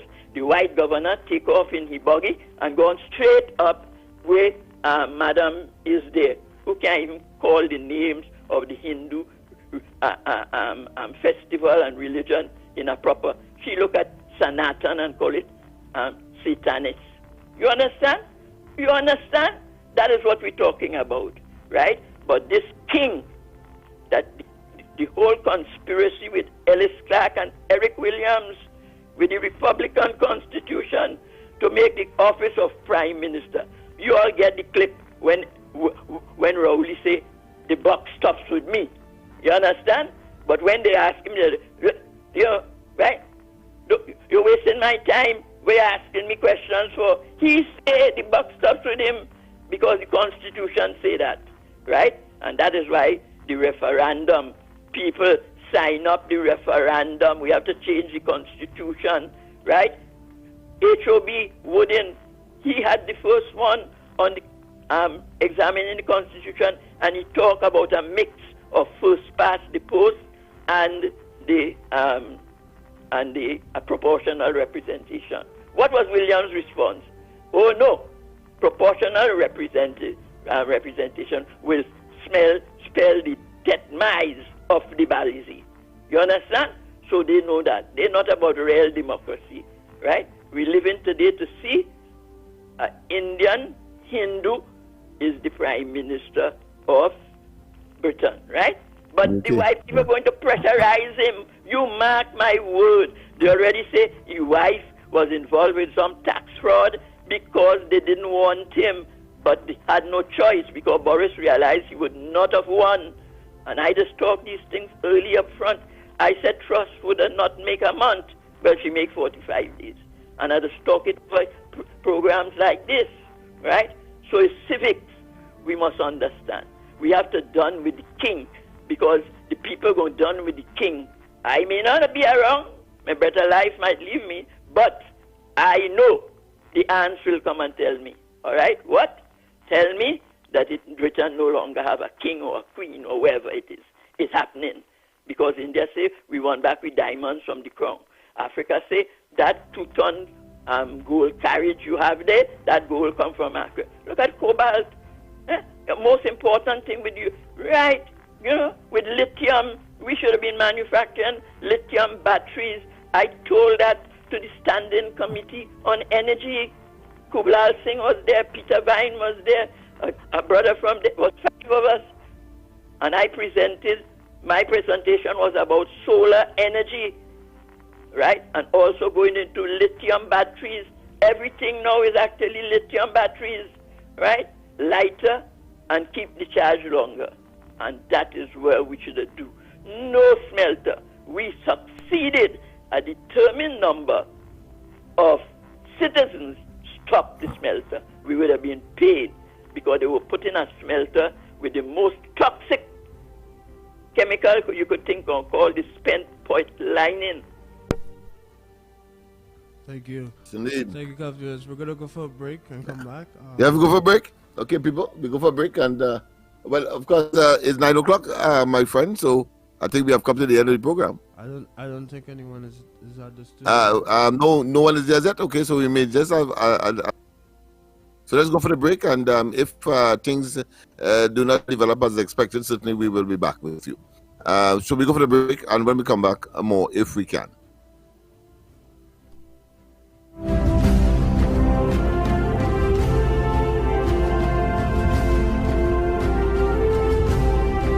Shiny and Ari, restaurant number 67, Western Main Road, St. James, opposite Standard. For breakfast daily, Monday to Sunday, from 6 a.m. to 10 a.m. On the menu, sada roti, Friday, roast beef, pie, coffee, tea, Milo, vegetable pizza, pancakes with assorted vegetables. Lunch specials daily from 10 a.m. to 3 p.m. Chicken pilau, $25. Assorted lunch from $25 to $40. Soup specials and crab and dumpling. Delivery of food available. Dinner a la carte on the pavement from 6 p.m. until burgers, chicken sandwich, hot dogs, fries and chicken, nuggets, shrimp burger, gyros, and anything else you can think about. Call 382-9347 to place your orders 7 days a week.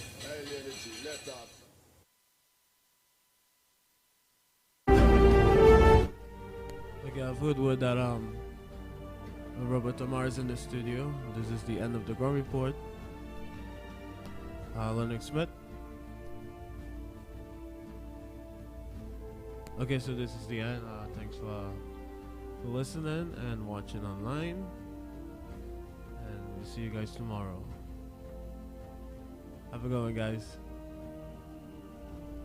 The Ground Report with Mikey K, Andy Williams, and Lennox Smith. Disclaimer. More FM Limited, its owners and associates, accepts no responsibility for